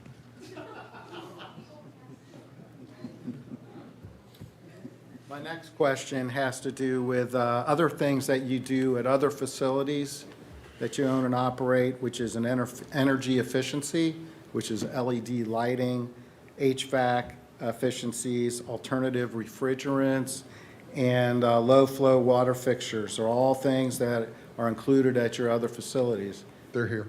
So They're the that'll same. be done here? Yep. Okay. All LED lighting on the parking lot and inside, all low-flow Water. fixtures in the restrooms. And alternative And kitchen. refrigerants that aren't, I guess, as hazardous. All right. And then you've also committed to doing at other facilities LEED certification, LEED certification? I can't commit to that here. I don't know. I don't know the answer to that. Some of that is dependent on the local consultants and design standards. The LEED is a very difficult process to follow, and all of your design consultants have to be LEED certified. I don't know that everybody we're using here is certified in that. Electric vehicle chargers are used at other facilities. So Sheetz offers every site to, we don't provide electrical charging as a service that Sheetz owns, operates. We certainly will entertain a vendor at this site to bring in their electric charging. We work with EVgo, Electrify America, and Tesla. If any one of those vendors is interested in coming here, we certainly will provide space for them. And that's how you do that at your other Every facilities? store. We do not own the charging equipment. Okay. Another thing on your website is food donation from your facilities? Every store, we do it. Every store. Sheets for the kids, every store. 16 kids from the neighborhood get Christmas from Sheetz. We'll give an annual donation to the food bank. We do all of those things at every store. Another good thing that Sheets does is says you participate with Keep Pennsylvania Beautiful, because that's where you're headquartered. But we have Keep Ohio Beautiful here, and it talks about you guys get involved with cleanups coordinated in Ohio parks, streams, and highways. Is that something you commit to I don't here? know that I can commit to that, but I certainly talk to our operations people and see if it's a possibility. Okay. Other areas is I want to talk about the retention pond. So, I'm going to need help with that. I didn't design it. I don't know that that doesn't exist already. it does. State your name. Braden Putnam, B3 Companies, design engineer, one of the design engineers on this project. The retention pond right now is existing, and we had our design around it, and yeah, that's about all to it. We're not really modifying it, apart from adding the outlet to it and run calculations to make sure that it can handle our flows. But again, that is not what we're here for tonight. This is just the layout and such. Well, it's part of the site. Right. So the question is, are you going to use best available technology to maintain that site and manage sediment controls and all of that for that site? You do that for your other sites around the 371 facilities? or Yes, more? we use all those practices on all of our other sites and intend to use those when we move forward with the full engineering documents. Okay, and my last question has to do with, some of your competitors have solar on their canopies. Is there any consideration for you to use, to get solar power in? Not at this stage. I won't tell you we won't entertain it. We're a pretty innovative company, but at this stage, I don't know that we're set up for that. Okay, so we have on the record some areas where you might be able to commit to some of these things and make sure that those happen. Thank you, Mr. Chair. Thank you, Mr. Thank Porter. you. Mr. Hicks, do you have any comments, questions? Yeah, thank you, Mr. Chair. Most of my questions have already been answered, but I guess to follow up on Mr. Greenberg, you did commit to some things, but then you also said that you would work in good faith to explore as well. Yeah. That seems fair. One question I didn't think of until today was about that sign bar that somebody brought up. So I appreciate that coming up, and I'm trying to think about, I don't pay attention to that. So is 8 feet reasonable? Is 11 feet reasonable? So the question, and I'm not sure to who, is would a work truck or a landscaping truck or an AEP truck that has a boom on it be hindered by an 8-foot bar? Would that be reasonable to say they couldn't go under an 8-foot bar? I think that the clearance bar total height is not what we're trying to achieve. We're trying to keep a vehicle from hitting our canopies that are on the drive-through. So whatever the bottom of the clearance bar is what we need to make sure that when a vehicle goes through, it doesn't hit the canopies that hang over both order point and the drive-through awnings.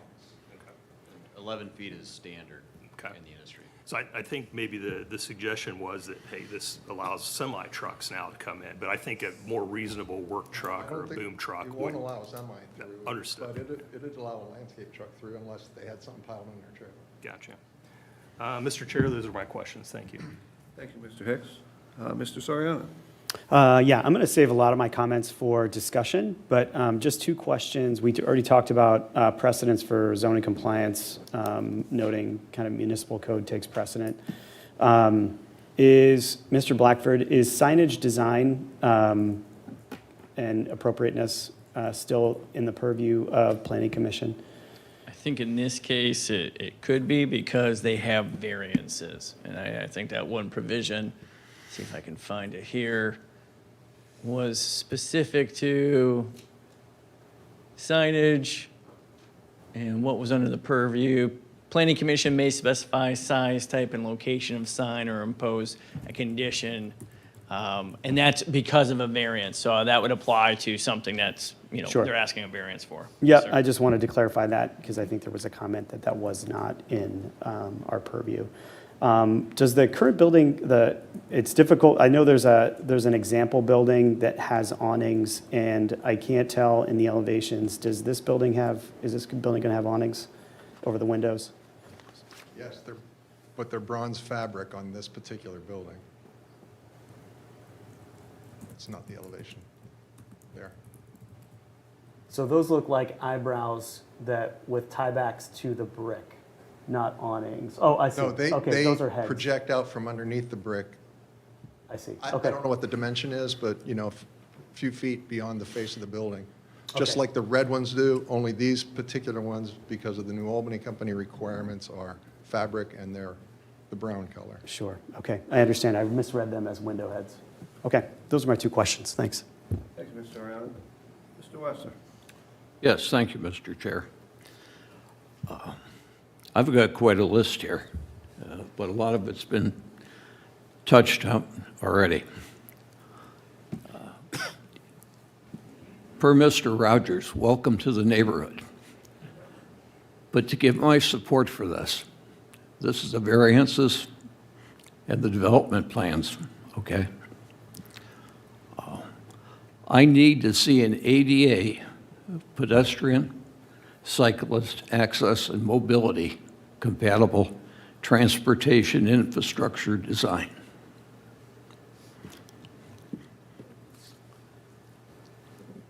I live in the neighborhood. A couple of years ago, there was an attorney here for the senior center, senior living. And he made a comment, maybe in jest, but he said, you'll see seniors in their little scooters working their way over to the state store. All right? Well, I'm an elder. All right? I've got more fake joints in me than I care to admit. I have a handicap placard because one of the surgeries wasn't perfect. All right? When I look at that site, I look at the traffic, and I'm getting a little editorial, but I look at the traffic, I'm scared speechless when I see a 75-year-old person trucking down Johnstown Road, heading for that state store. I'm worried about people coming down Morris Road from that senior center, from the new apartments that are going in. One of the emails we've gotten are that people walk, and we've got a pretty decent pedestrian mobility in that area. I'm worried about those people and how they get to the High Banks Distillery, to the state store. Even more so, how do they get to the barn? I don't know what the limits of this final development plan are, or this development. When you go to right up the road, Hamilton Road and Morris Road, I don't know, that project's been there since the start of eternity, I think. But if you go on any one of the four major roads, there's a sign that says end of construction. Kind of defines the limit of that project. When you put this gas station or restaurant, this facility in, I don't know where the limits of its impact are.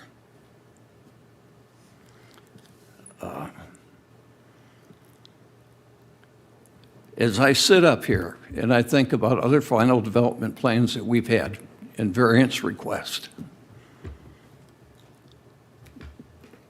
there is an inconsistency in the information that we get.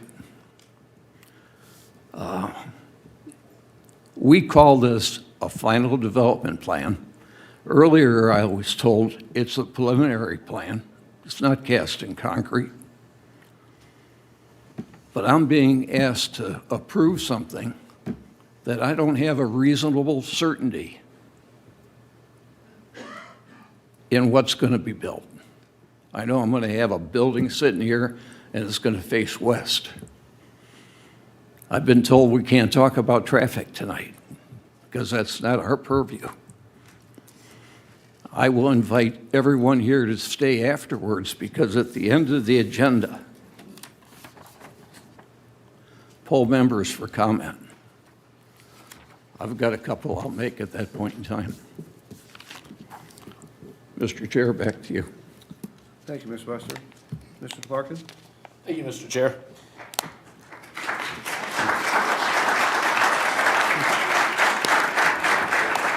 I assume that was for Mr. Wester. I just want some clarification on the monument signs. We were told the setbacks moved. The one is 5 foot from the setback. This Johnstown Road is 10. Another comment was made that we're going to be 48 foot from Morse Road and 26 feet from Johnstown Road. I guess probably for Mr. Blackford. Do those two numbers jive? The code goes from right of way, and I think the applicant was talking about edge of pavement. So there's two different. So we're 48 foot from the end of pavement on Morse Road, Have to take. but we're 5 foot from the right of way. Correct. Is That's the what right of Code way? is from right of way. Is the right of way 44 feet? Is a. Yeah, that's. I don't know right of way width, but yeah, the plan possible? does clearly show what the sign setback is from the property line. And I believe, was 5 feet on Johnstown, they moved it to 10, and I forget what it is on Morse. But they're less than 15 feet. 5 from Morse, 10 from Johnstown, and then 48 feet from the right of way, from the pavement, and 26 foot. So let me ask you two, are the numbers right? Are both numbers right? Correct. The thing to know is that the actual invisible right-of-way line encroaches pretty far into this particular parcel. In case we ever needed to add another lane. Yeah, for utilities, Utilities. sidewalks, Okay. landscaping. Sidewalk. So you're still going to be inside the sidewalk? Oh, no, we'll be well behind that. In towards the property, in towards the Towards the station. property, away from the sidewalk and away from the road, correct. And the distance between the pavement is relevant because that addresses any sort of sightline or safety concerns. Those have been addressed. They're not an issue. And as I distributed to the members of the commission, the placement of these monument signs is entirely consistent with other monument signs in the city. Is monument sign backlit or front lit? How does it work? It's internal. Okay. Are there any signs close to this that are internally lit? Not that I'm aware. Yeah, I don't think so. Thank you. And to follow up on that also, the height is in compliance on the monument signs. We're not looking for a variance on the height. The height variances are all internal to the property. And the clearance bar is up close to the building. I couldn't find the attachment. There's a lot of attachments on my iPad here. But that's up against the building. Can I approach? Sure.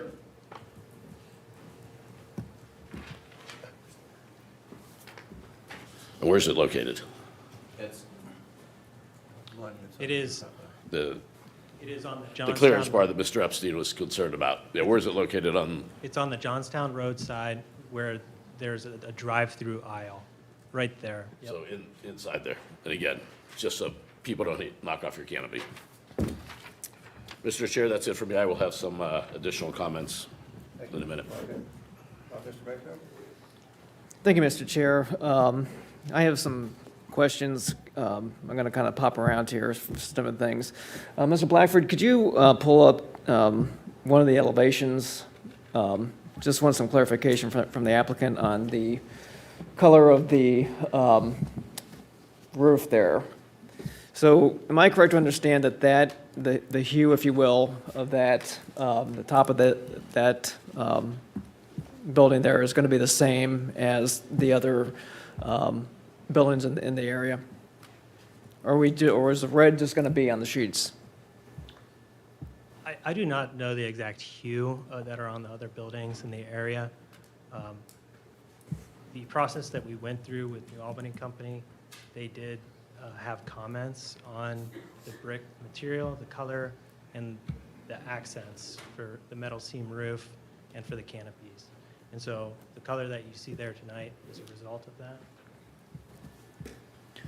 For purposes of the design review, keep in mind too that the design review is applicable to everything within this review area, which includes every single commercially zoned property in the city.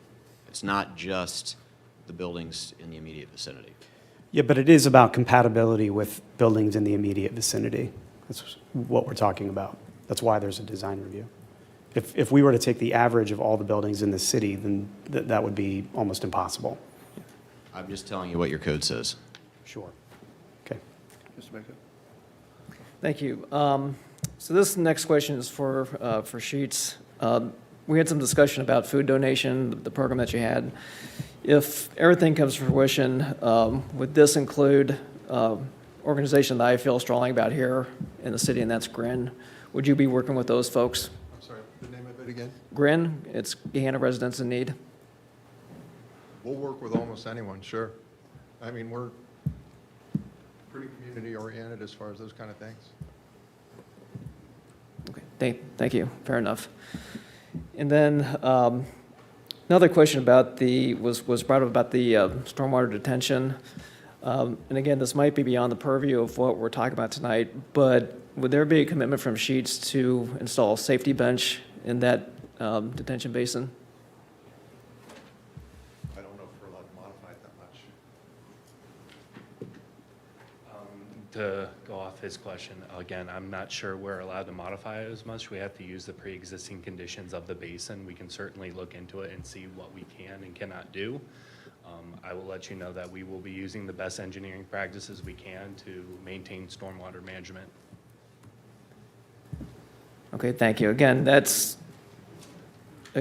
given the nature of where this is going, I think a safety bench would be well advised. Okay.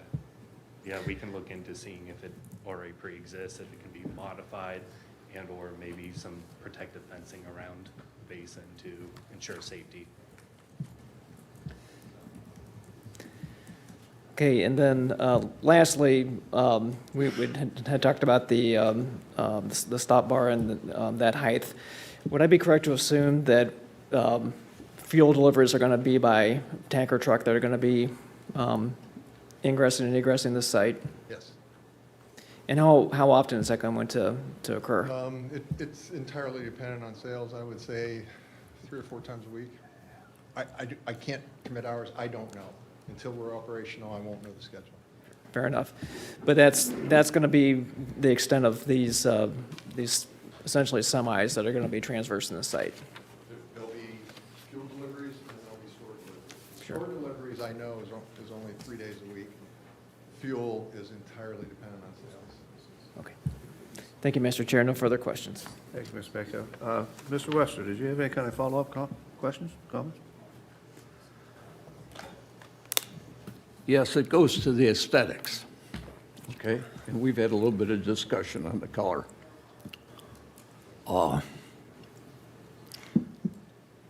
Last couple of days, I've had the opportunity to drive around the city and look at the color. I've had some input from people on this design. I'm not going to repeat those comments here. I've taken the opportunity to drive to the north side of New Albany, Route 62. There's a Sheets up there, and it's inside the white fence. I looked at the signage because the variances are pretty in-depth for the signage, okay? We've had discussions on the building materials. Let me go to my notes here, okay? I'm going to say just south of Sheets in New Albany is the Wealth Management Building. I believe I said that correctly. It's an unimposing white structure with, I believe, a charcoal roof.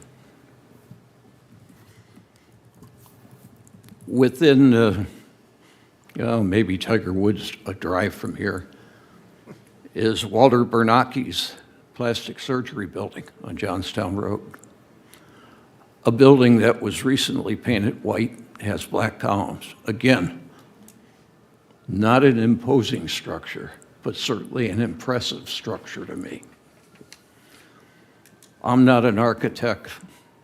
I don't know if I'm colorblind, but I'm looking, how does this property transition to what's at Rogers Market and the barn and the facilities that are to the west of it? I prefer a lighter color, creams, whatnot. Before this commission, in the last 18 months, we had a car wash come before us. It's a red barn, is really what it looks like. They just built one up in the Hamilton Quarter area and opened it. And I was amazed how well that facility fit in again with the architectural surroundings. I believe it's yellow and cream. I encourage people to go look at it. It's impressive. I'm going to leave one last comment on the color for that building, okay? And again, it's a white building. And this building has stood the test of time. Its color has stood the test of time. It's in Washington. It's the White House. All right? All I'm saying is I think this commission needs to look at how do we get a blending in of that. That's it. I've got other comments that'll come forward. Thank you. Most of my questions were asked by the commission. I will save I have a few comments at the very end. Thank you. Before we go into vote, I would like to get into record that we had 27 people reached out to us with a comment. The list of them is available and will be available with the meeting minutes. Saving time, I was thinking about reading them, but you will be able to see that on there. Some of them are in attendance tonight, but 26 was a number I'm not accustomed to getting. Thank you very much for your input and comments and passion. I'd like to take a motion on, do I hear a motion for the variance application V00332022? Mr. Chair, I move to approve item V-0033-2022. Thank you, Mr. Hicks. Is there a second? Second, Tamarkin. Thank you, Mr. Tamarkin. We have a motion by Mr. Hicks and seconded by Mr. Tamarkin on the variance application. Any discussion from the board? Mr. Hicks? Thank you, Mr. Chair. Regarding the variance applications, our criteria has been gone over before, but the first is, are there special circumstances or conditions applying to the land, building, or use? The second is granting the variance is necessary for the preservation and enjoyment of the property rights. And the third, the granting of the application would not have a material adverse effect. We've heard that this is a unique lot, it has 2 front yards. We've also heard and seen that the right-of-way is sort of larger than other commercial sites in the area due to its location at Morse Road. So I don't see any issue with granting variances with dumpster and landscaping. The variance criteria are met very clearly, in my opinion, for those 2. Now, for the signs, I'm happy that they're monument signs and not pole signs, because we have seen those come before us before. We do have precedent in this commission for granting the variances for the number of signs for restaurants and drive-throughs. So I am in favor of all of the variance applications and will be in support. Thank you, Mr. Hicks. Mr. Wester? Yes, thank you. I agree with John on the dumpster and the landscaping. In fact, I'd go so far as to say don't do the landscaping, because when I drive by his sheets, it isn't maintained, okay? So why put the money in at the beginning? But with regards to the signage, I think the applicant needs to fully comply with the City of Gahanna's sign code. That sign code represents a lot of hard work by a lot of people in there. Maybe there are one or two exceptions in there, but they're all lumped together. I will not be supporting the variances. Thank you, Mr. Russell.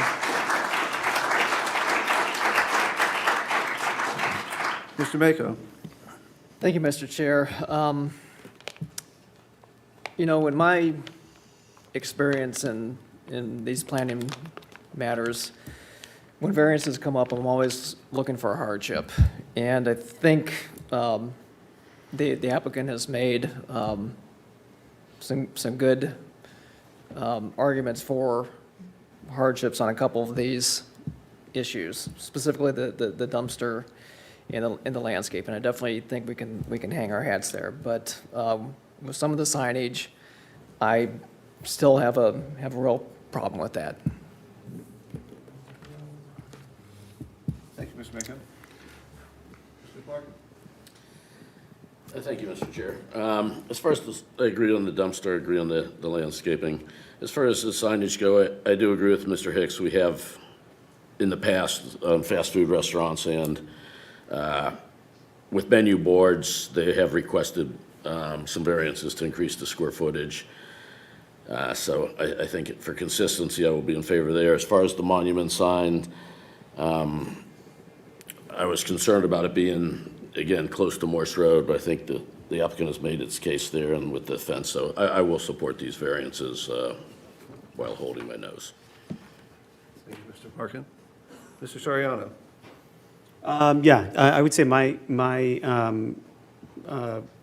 I'm looking at it, regarding the variances specifically, I agree with several of my commission members relative to the dumpster location and landscaping demonstration of hardship.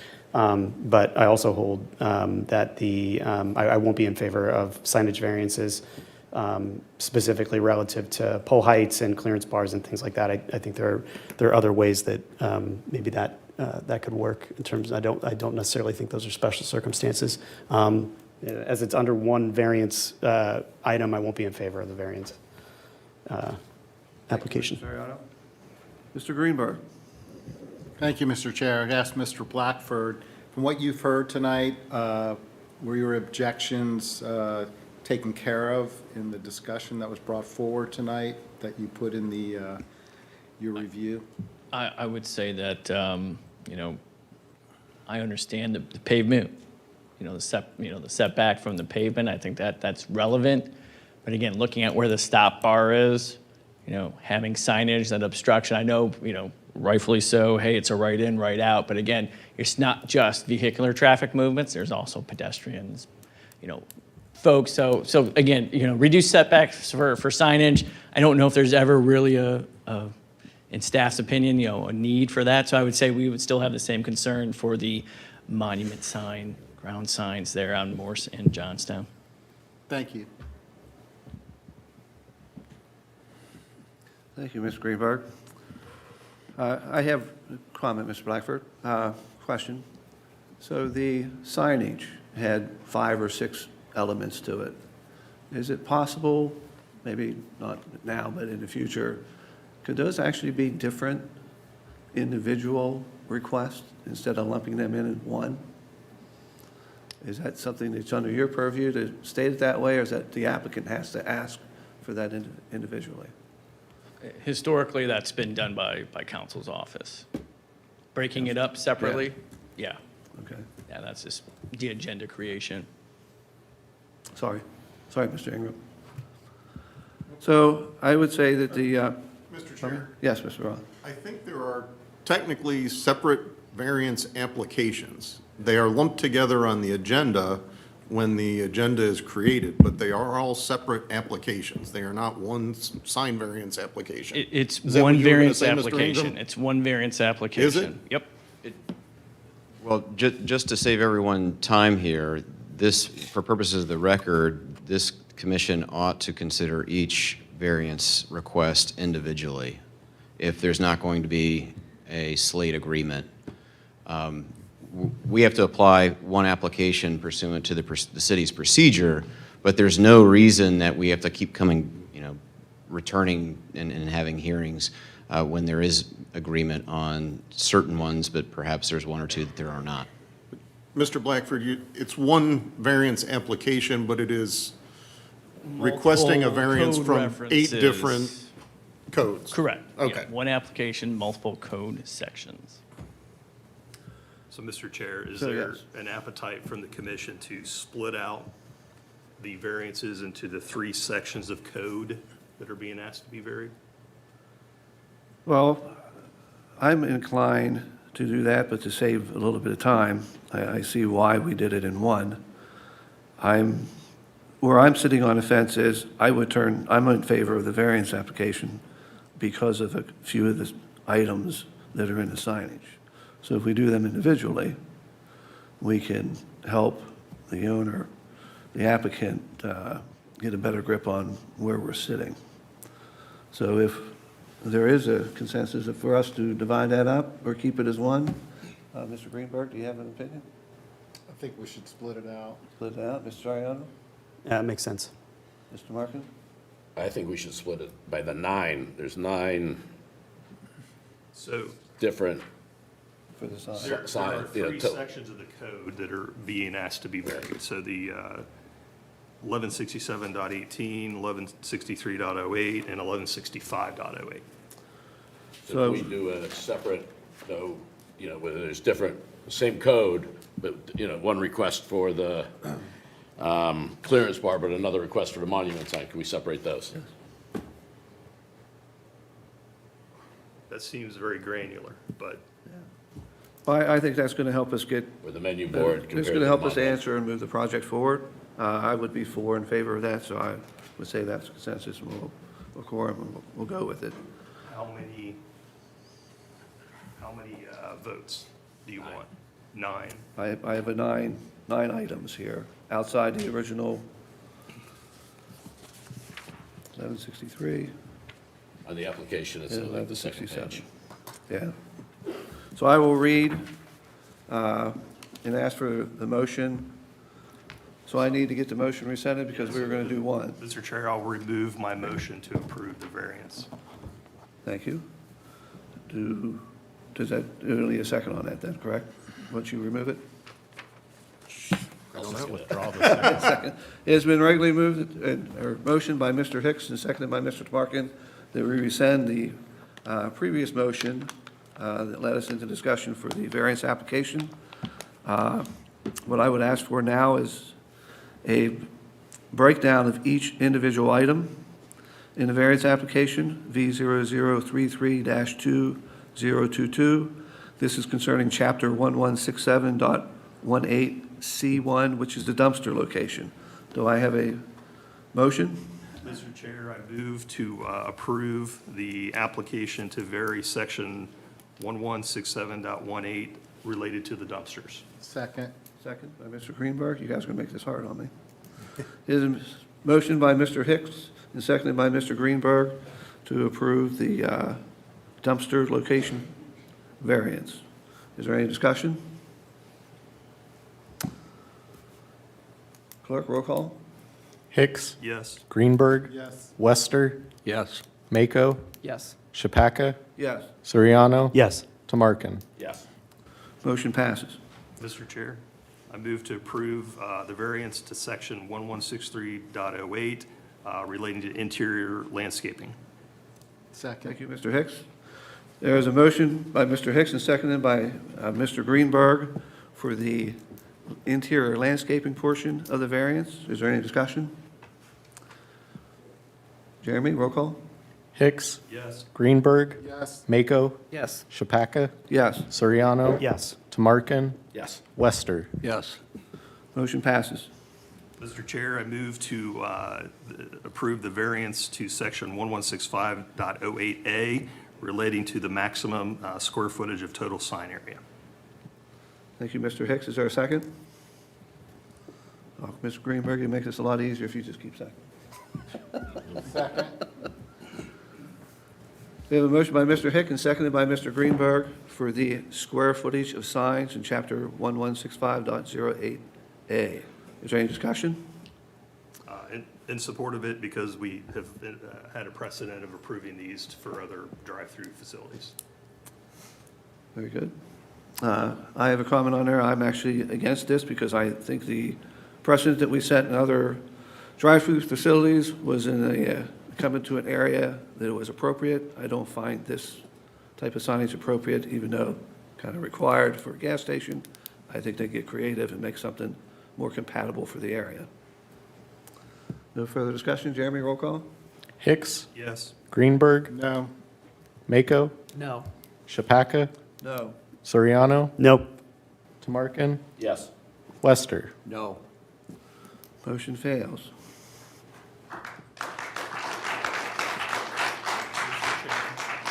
Mr. Chair, I move to approve the variance application for section 1165.08B6, one ground sign per street frontage.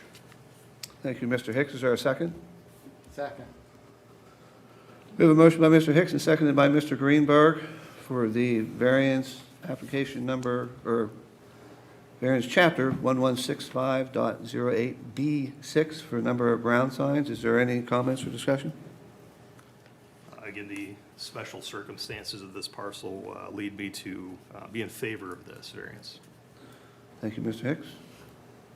Hearing no others. Jeremy, roll call. Hicks, Yes. Greenberg, Yes. Mako, No. Shapaka, No. Soriano, Yes. Tamarkin, Yes. Lester. Oh, no.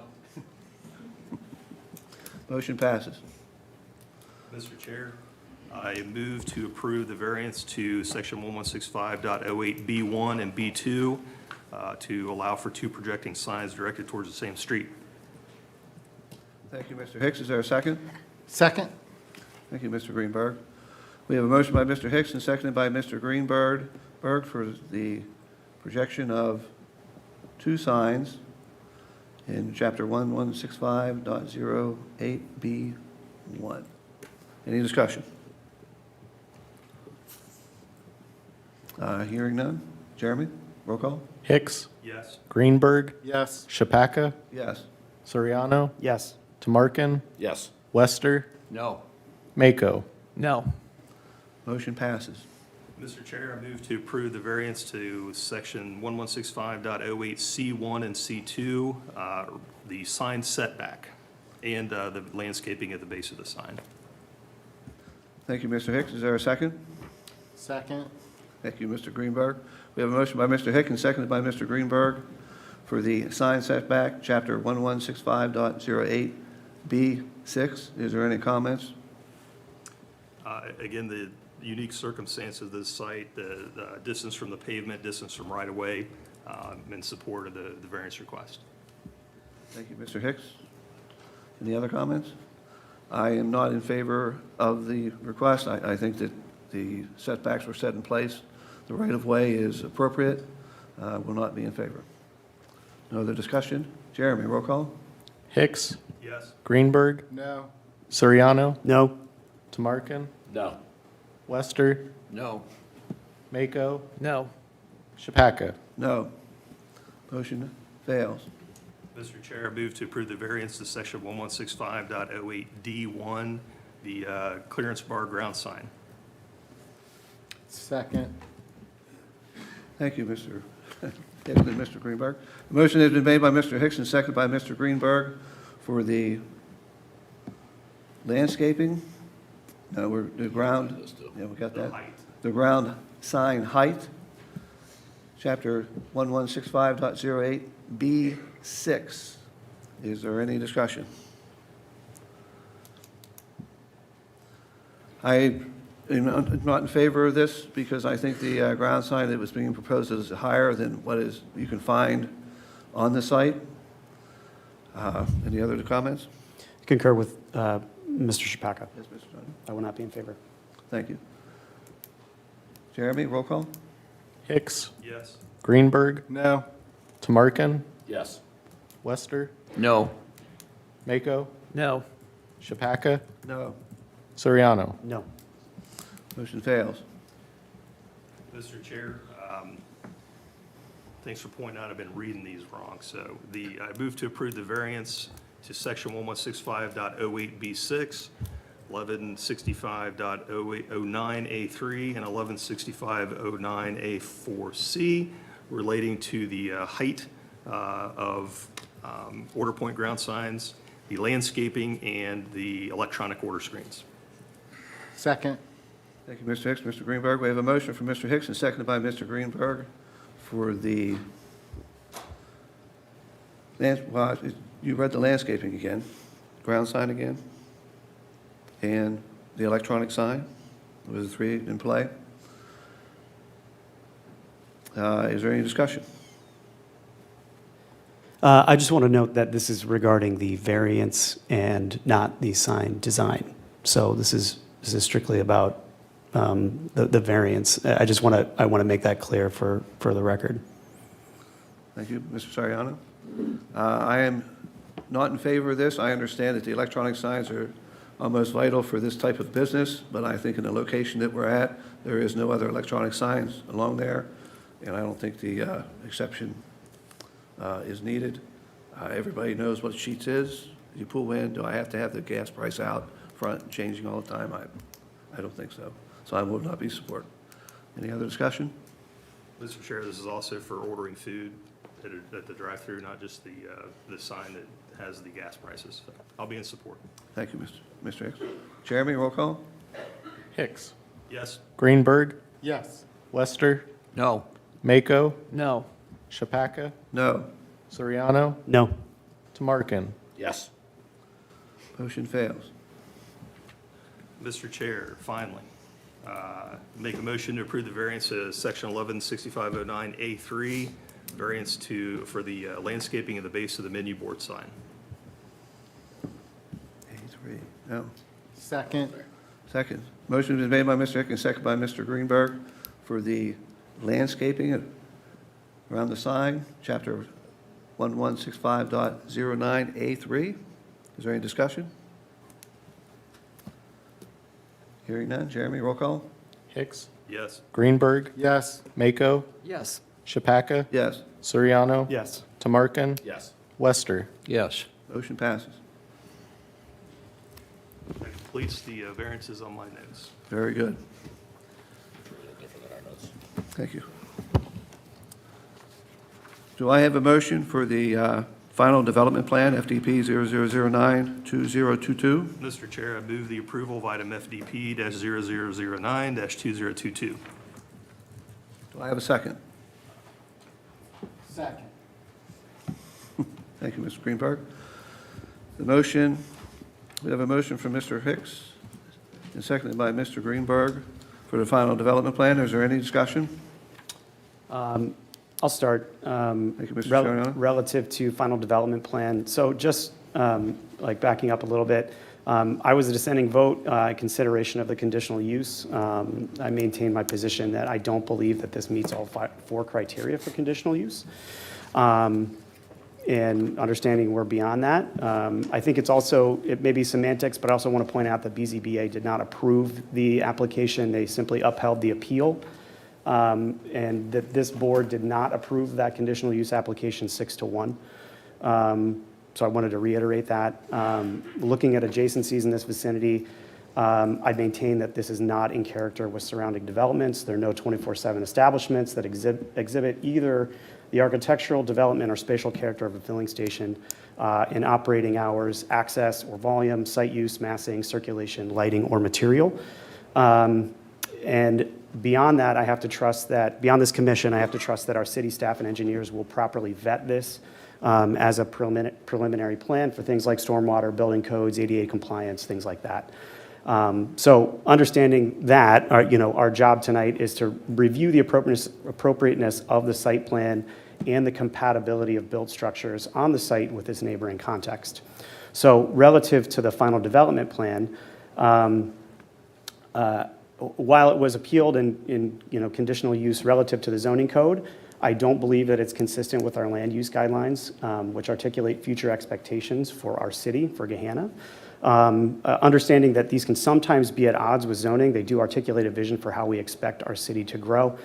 This is identified as community commercial. Mr. Blackford articulated that a fueling station is not in that recommended use for community commercial.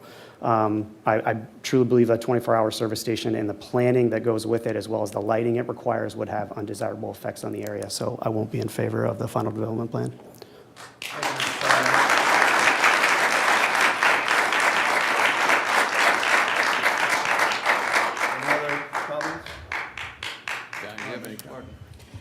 Thank you, Mr. Chair. I would like to also follow up on what Mr. Soriano just said. This board voted 6-1 against this plan. It was appealed to the Board of Zoning Appeal. They voted in favor 4-1. Only their chairman, Mr. Eisen, voted against it. One of the appeals was about undesirable effects. They deemed that there were none. My opinion is that this project does have undesirable effects and should not be located here. That ship has sailed. That is beyond us.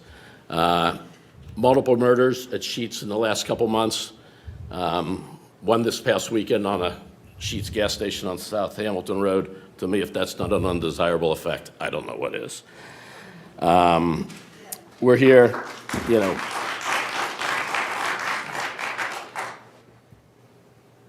there's nothing that this board could have done more to prevent this. There's nothing City Council could have done to present this. A couple members of City Council in our presence tonight. There's nothing our mayor could have done to prevent this project from going forward, even though none of us, wanted it. 4 of us on this diocese do live in Harrison Pond.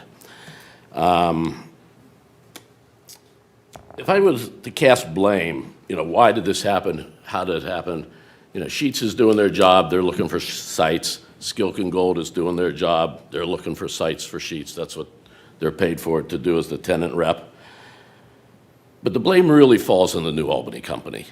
The New Albany Company owns this land. They're not your typical landowner. They're not a mom and pop that have owned this land for many, many years, and all of a sudden Sheetz shows up and offers them lots of money, lots of dollars for this land, and it's a deal they couldn't resist. The New Albany Company has skin in the game. They developed the area. They should have a little more pride. They should have a little more respect for Gahanna and for what goes into this location.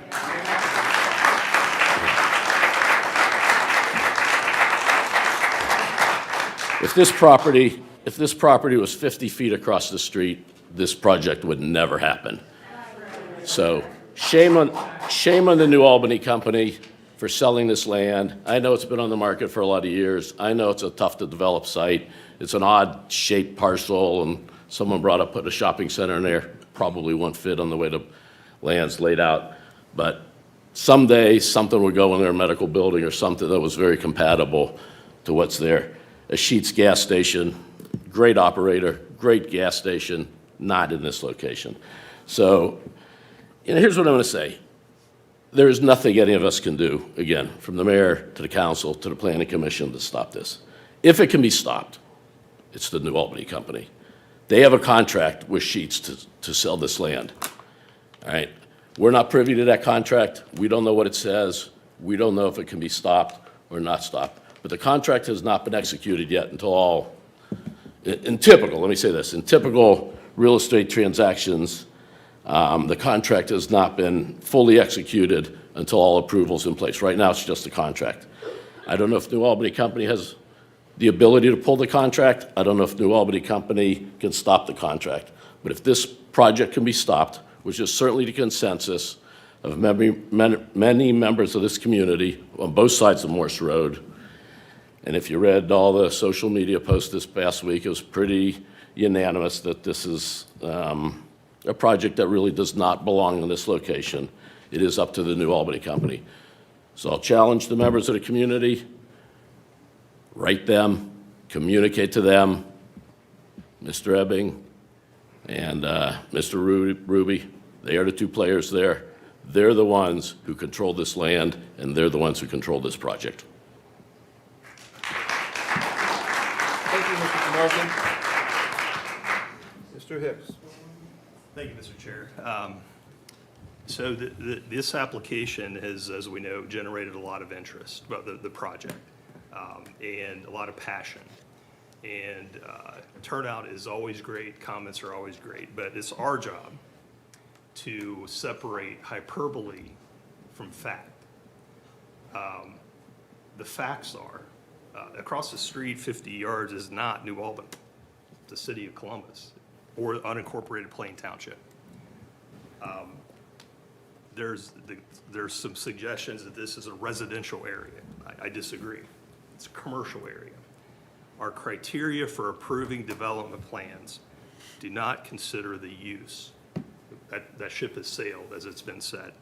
It says the proposed development will be keeping in the existing land use character. And I know there's some discussion about future land use. The existing land use, this is a commercial development. The use has already been decided. The zoning has already been decided. It's our decision about whether this site plan meets the criteria for approval or it does not. With all respect, suggesting there's going to be a murder at this site is ridiculous. It's, nobody knows. Nobody knows.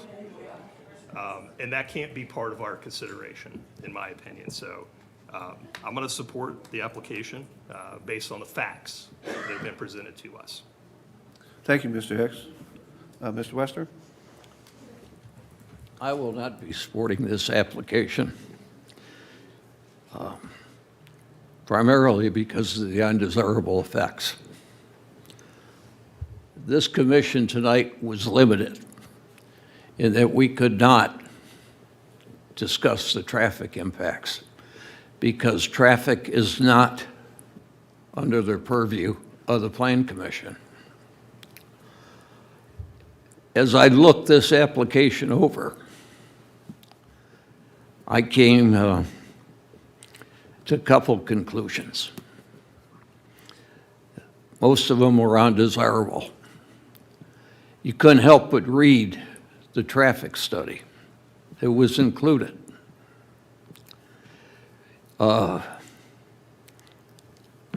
These are some of the comments that I was saving for after the meeting when I can discuss it. But the traffic has been brought up by numerous people. There is a statement in the traffic study, a couple of statements, that allude to turn lanes, where they're not going to be installed. The traffic study was submitted to the city July 15th. In there, in the data or the materials I received, is a spreadsheet that lists various reviews and the commentary that went on between the reviewing and the submitting parties relative to issues, clarifications within that traffic study. Today is March 8th.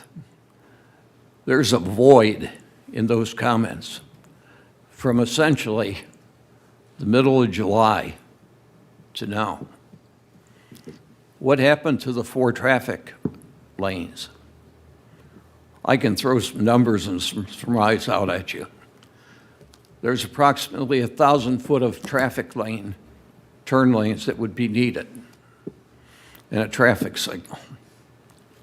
I told you I'm an old man. I had a problem just keeping a job. For a short time, I was a service director at Columbus. I've seen traffic studies. I'm going to tell you that signal is probably $500,000. 1,000 feet of turn lane, 4 different locations. I can see it being $1 million. I can see it taking 2 years to put in. I would imagine you can build that gas station, that restaurant in 6 months. If I don't have to spend the money as a developer for that, I wouldn't do it either. But again, When I look at that traffic study, and it's a good study, by and large, very good study, okay? And I'm not clairvoyant. I can't see in the future. But I live in that area. I avoid Morris Road because of the construction at the west end, because of the backups and et cetera, all right? I cut through traffic, Beecher Road, Thompson Road. I'm concerned that that intersection, that area, because of the traffic, can make Morpsey's top 10 intersections. And believe me, you don't want to get on that list. Maybe so because you can get federal money to improve it.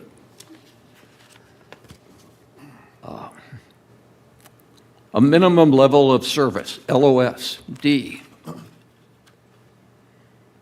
That's kind of like my point average in college, all right? I'm not proud of it, but it was what it is, okay? There's another statement in this study.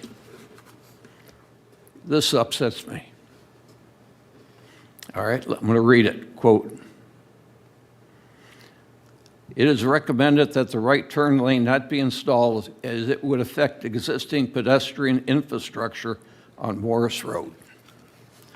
Additionally, other large-scale developments along Morris Road do not have dedicated right turn lanes, and drivers are expected to be accustomed to these conditions." All right. Approximately 37 years ago, the Challenger blew up. I don't know if people in here, what your level of management is, what your profession is. I was an engineer, design professional for a couple of years.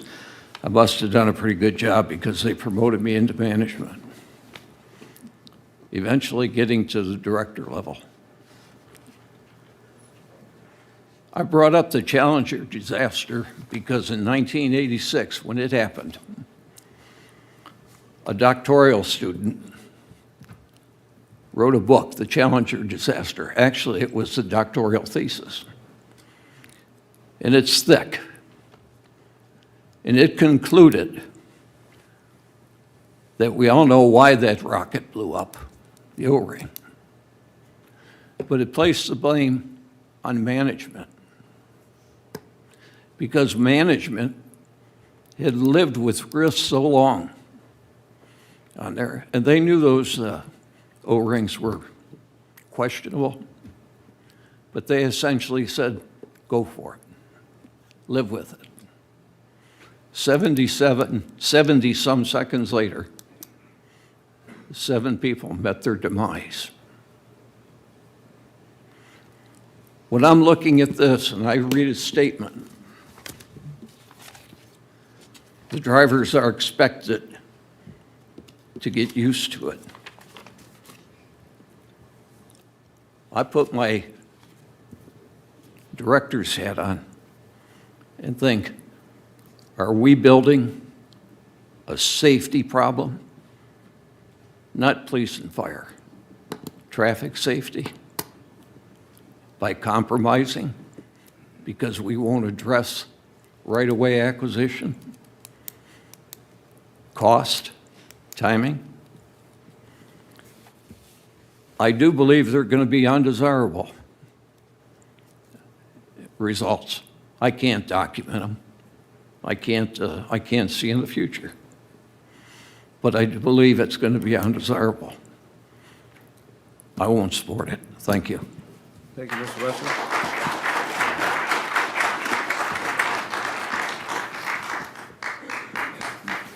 Mr. Greenberg, do you have any comments? Yes, Mr. Chairman, I want to be brief and just say I agree with many of my fellow commissioners and respect Mr. Hicks's position as well. I think there are going to be undesirable impacts with this facility and siting, including operating 24 hours a day, and there aren't any other businesses in the area that do. And I will not be in favor either. Thank you, Mr. Greenberg. Mr. Mako. Thank you, Mr. Chairman. My crystal ball has been broken for 52 years now. I don't know the future, not clairvoyant. But as my colleagues have said, and I'm the newbie here on this commission, and I have a lot of respect for these gentlemen. I also feel that there are going to be some unintended negative consequences of this development. And so I just cannot support this.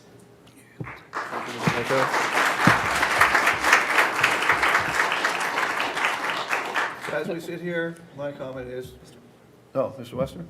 I had a speech. All right, before we vote, okay? I said at the end of the meeting, I'd make some comments.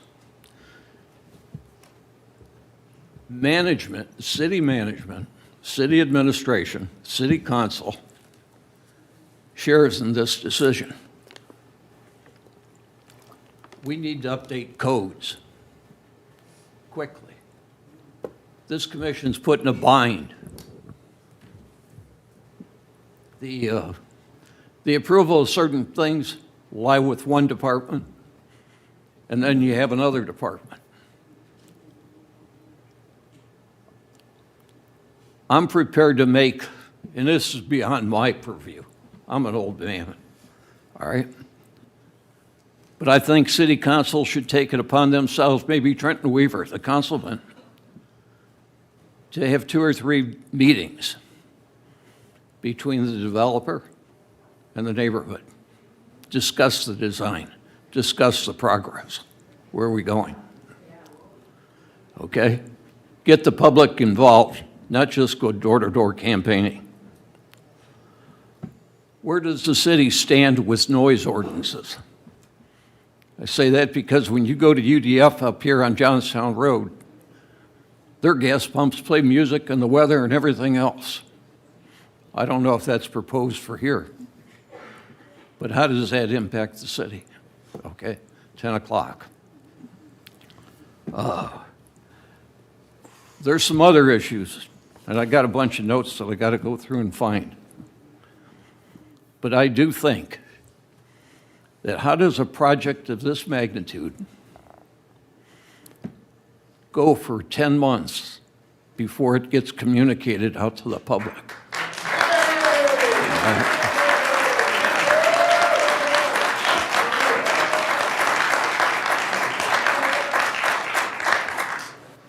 One of the jobs I had was Deputy Director for the Ohio Department of Transportation District 6, the largest of the districts in Ohio, in the Ohio Department of Transportation. The Ohio Department of Transportation administers federal money. The federal process, you have to have public meetings in there. You have to communicate with the public that's going to be affected. I can tell you as a director, I wasn't really happy to attend those. Sometimes you didn't get anybody show up. I really appreciate everybody being here today and speaking your piece, all right? And this ain't easy. That being said, how can the city adapt its process to include the public so that we don't have another 10-month hiatus? I don't know. That's the question for the administration. That's in there. Thank you, Mr. Wester. I guess I got cut off. Yeah, you got That's cut okay. off. Go ahead, because we got more I didn't know if you had another job. No, I'm unemployable. Mr. Hicks, you got a minute? Yeah, just a couple final comments before your closing argument. It's going to come up, so just want to reiterate what our criteria are for approving or not approving the final development plan. Talks about the proposed development, not the use, not, but it's 24/7, it's the development, the footprint. Horizontal, I think, has been used in the past. That's our criteria for considering this application. And then some things have been brought up that aren't our purview. Traffic studies. We don't look at engineering plans or electrical plans or I mean, or traffic studies. We trust that the city of Gahanna staff do their job as it relates to what goes on inside and outside of the building. So again, our criteria clearly stated about the proposed development, the site plan, the footprint, not the use. Thank you, Mr. Hicks. My comments echo a lot of my commission members here on both sides of the fence. You hear the sentiment, you hear it is a difficult decision. Our hands are somewhat tied. We don't like that they're being tied. So that leaves, in my mind, that leaves us one course of action. We need to vote on what's at hand. If we don't like what we're voting on at hand, that's a code issue. That's something that needs to be addressed in our zoning and somewhere down the line. I don't understand and apologize what we could have done to make it different to get the announcement out and the advertisement that this was going on. Looking at a final development plan, it is not what I would put on this site, but BZA approved it. The building that they put in there, the shapes that they have, they meet the guidelines. So as Mr. Ingram mentioned, there's really nothing that we can do about it with the final development plan. But I'm looking at the development plan, and where does that stop? Does it stop at the intersection? Does it stop coming onto the property? So it's hard not to argue the point that your traffic is an issue. But the traffic is only going to be an issue if the people in the community elect, if this goes through, to go and patron that establishment. If they actually know from the community, which is not our purview, if they know from the community that you do not like it, it's in your hands, no matter what the board here is going to go today. So, I mean, if your voice is loud enough to let them know, who knows, New Albany Company might come around and might not go in. But unfortunately, I'm going to swallow the pill on this, and for the final development plan, I'm going to approve of it, or I say yes. Hearing no other comments, Jeremy, roll call. Hicks. Yes. Greenberg. No. Mako. No. Shapaka. Yes. Soriano. No. Tamarkin. Yes. Wester. No. Motion fails.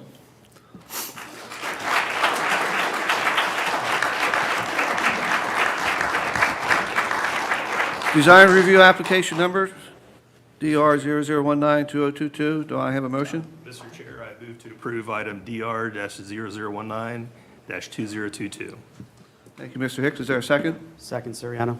Thank you, Mr. Soriano. There is a motion by Mr. Hicks and second by Mr. Soriano for the design review application. Is there any comments or discussion? I'll start. I started last time. Thank you, Mr. Mr. Blackford, could you pull up the criteria for design review, for design review approval? So number one, and from what I see in the application, the imagery is limited. I think there's too much play on the site right now to make a design review judgment on 2 to 4 elevations. It's really difficult.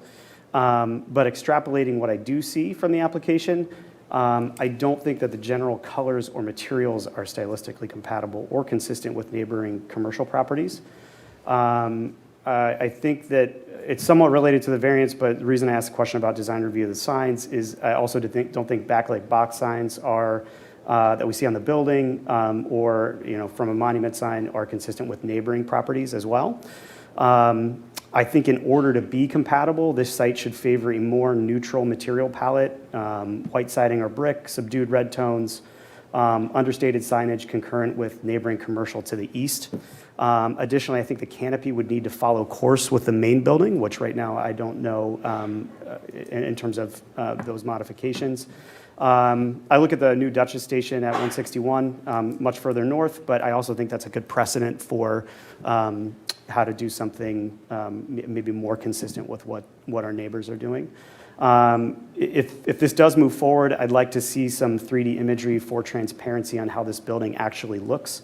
A rendering from Morse Road with monument signage would be nice in terms of what we're seeing from the street. Same thing from 62, something accurately representing what is seen from the street with the monument signage.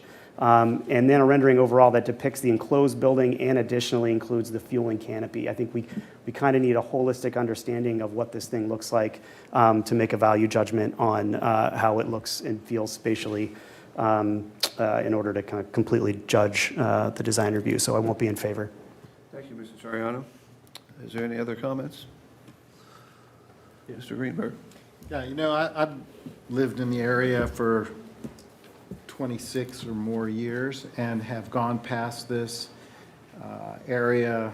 I can't even count how many times. And I was there when Rogers Corner was put together and brought to that corner. And then across the street, it was Hoggies, and now it is the barn. And I don't understand why the New Albany company would approve those two designs and then now allow the next door neighbor to be completely different. And that just doesn't seem to be logical. I'm not an architect, but I'm a planner, and it seems like that's a big entrance into the city of Gahanna, and there should be some consistency with color and type of building materials as we move forward. So I would hope that things could be adjusted, and I will not be in favor. Thank you, Mr. Greenberg. Mr. Hicks, any comment? Yeah, so Mr. Soriano had touched on the design review criteria for approving or denying. I'll point out it says stylistically compatible. I'm not an architect and trust everybody's judgment explicitly, but it does appear to me to be compatible with the buildings to the west. Maybe not to the buildings to the east. We from time to time have applications for like a big chain restaurant or a big chain drive-through, and there's a discussion about, well, can we make it look different? And it ends up being a McDonald's or a Burger King. So again, in my opinion, the review criteria are met for this application, and I'll be supporting it. Thank you, Mr. Hicks. Mr. Wester? I look at that building as a fits-all. You can go anywhere with it. It doesn't transition from one side to the other. I respect Mr. Soriano's comments. Not much I can say. That man designed the library here in town. I don't know if you people have been in it. He did an outstanding job on that project. I can't add anything, but I will support what his decision is. Thank you. Mr. Wester. Mr. Marco? Thank you, Mr. Chairman.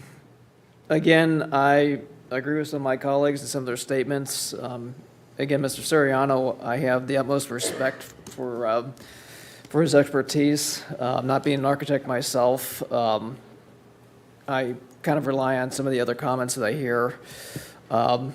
With that being said, I also just don't see how this transitions here. And I think it was a very important statement saying that this is going to be the entrance to our city. And again, I just don't see the compatibility. So I'm not going to be supporting this. Thank you, Mr. Mako. Mr. Tamarkin? No comments. No comment? Well, I am an architect, and I do echo the feelings of Mr. Soriano. As eloquent as he put it, I will simplify it in West Virginia language. I would like to see something a little bit more rural than urban. I like the Sheets building. I think it's a really good-looking building, just not at this site. I will not be supporting the design review. Keep in mind that the final development plan I was in favor of, it's just the look of the building, I am not. No other further discussion? Jeremy, roll call? Hicks? Yes. Soriano? No. Mako? No. Chapaka? No. Tamarkin? Yes. Lester? No. Greenberg? No. Motion fails.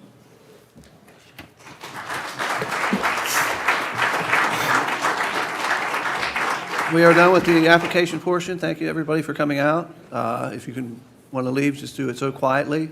We have a couple little finished business here. There is a section at the end of this where we do make some comments about what happened tonight. If you want to stay for that, I would just say, you don't get an opportunity to speak, but if you want to listen to what we have to say, you're more welcome to stay. Thank you. Next item on our agenda is unfinished business. We're having none. We will go to new business. Pardon me? Yeah. So at the corrections of the agenda, we added something to the new business. We had a variance application before us, and as it turns out, that the applicant was not, quiet please. Quiet please. The applicant was not, in his mind, treated fairly and being notified, so we're considering it a clerical error, and we need to consider the application, which is a variance 001-2023, to consider a variance application to vary chapters 1143.08a and 1167.17b of the codified ordinance of the city of Gahanna to allow for a shed installed for a property located at 60 Sovereign Place, parcel IDs 025-003993, current zoning SF3. Bradley Rhodes was the applicant. So I need to get a motion from the planning for a motion to suspend that ruling, the planning commission rules. And I'm actually going to ask Mr. Roth to have a quick explanation of why we're doing this. Thank you, Mr. Chair. Our local planning commission rules are slightly different from the Roberts Rules of Order that we adopt by reference in whole. We have a specific rule that when it comes to a motion to reconsider, that it can only be done during the meeting at which the motion was originally heard. Roberts Rules does not contain that. Our local rules do. So since there was a clerical error, the applicant was not notified of the hearing. I think a motion to reconsider that application is appropriate, but we have to suspend our local rule that says it can only be done on that night before we can then, set a motion to reconsider on a future date. Thank you, Mr. Roth. Are there any questions from the commission? Do I have a motion to suspend the planning commission rules for this issue? So, go ahead. Mr. Chair, I move to suspend the rules of the Planning Commission. Thank you, Mr. Hick. Is there a second? Second. Thank you, Mr. Greenberg. I have a motion from Mr. Hicks and seconded by Mr. Greenberg for the suspension of the planning commission rules for the variance application noted above. Any discussion on it? Hearing none, roll call. Hicks? Yes. Greenberg? Yes. Mako? Yes. Chapaca? Yes. Soriano? Yes. Tamarkin? Yes. Wester? Yes. Motion passes. So now I get a motion to reconsider and set a new date to hear, which we have to establish for the original variance as April 12th, 2023. Do I have a motion? Mr. Chair, I move to reconsider application V-0001-2023 for the April 21st meeting. 12th. April 12th meeting. Thank you. Is there a second? Second. Thank you, Mr. Wester. We have a motion from Mr. Hick and seconded by Mr. Wester to set the new date for the hearing as April 12th. Is there any discussion? Hearing none. Jeremy, roll call. Hicks? Yes. Wester? Yes. Greenberg? Yes. Mako? Yes. Chapaca? Yes. Soriano? Yes. Tamarkin? Yes. Motion passes. That ends new business, the official reports. The Assistant City Attorney, do you have any comments? Anything to report? At this time. Thank you. Mr. Blackford, anything from the Director of Planning? I'm worn out. Yes, there you go. Good answer. Council liaisons? Same. Same. Yes, very good. Okay, Madam Mayor. Yes, I do. Thank you. You have 3 minutes. I'll talk fast. First of all, I appreciate the communications that we've received over the last several days, and I thank you for turning out tonight, being involved in the public engagement. Process is extremely important to what we do here. There's a great deal. Usually I sit here, and at this portion of the agenda is when I inform Planning Commission on upcoming events and projects that we're working on and issues that are coming before council. But tonight I really wanted to speak to what we heard. There's a great deal of consternation over the Sheets project, as shown by the comments that were received over the last several days, as well as comments that we heard from residents tonight. I respect and I understand your concerns, and quite frankly can relate to many of them. There is frustration on my part, and I think it's fair to say on the part of council members as well, that we don't have a voice in this process. You've heard every member of this commission, almost every member, suggest and state that neither council nor the administration have a voice or a vote in what happened here. As you've seen tonight, I've sat up here the entire night. It's now 10 o'clock, and this is the first time I'm speaking because I have no voice, I have no opportunity to speak in any part of the actual legislative process that happened before here tonight. I attend these Planning Commission meetings because I want to hear what's discussed by the Planning Commission. I want to hear what's discussed by residents. I want to understand the questions that they have because it helps me not only keep a pulse on what is happening in the community, but it also enables me to identify opportunities for improvements because there's always an opportunity for improvement in something and a way to make something better. And that can extend from a code change that's needed to how notices are provided. And to that point, the administration, while the administration is not responsible for how public meetings are noticed, whether it's Planning Commission, Council, Board of Zoning and Building Appeals or otherwise, I do believe that the notices that were issued for the meetings involved in this project were issued in the manner that's prescribed by code and in the same manner that every meeting is noticed. If there's a need for us to change in code how those meetings are noticed, then that's certainly something we can discuss with council. And while I appreciate the comment that I should have distributed flyers in my neighborhood, the fact of the matter is I can't do that. As mayor, well, I will share. We had a hearing in here November 2nd. There were members of the public who came and spoke. When we had BZBA in this chambers on January 26th, this council chambers was filled. And it was, I think, almost the entire neighborhood of Collingwood Point was in these chambers, and I was sitting where you were that evening, listening to the discussion that happened.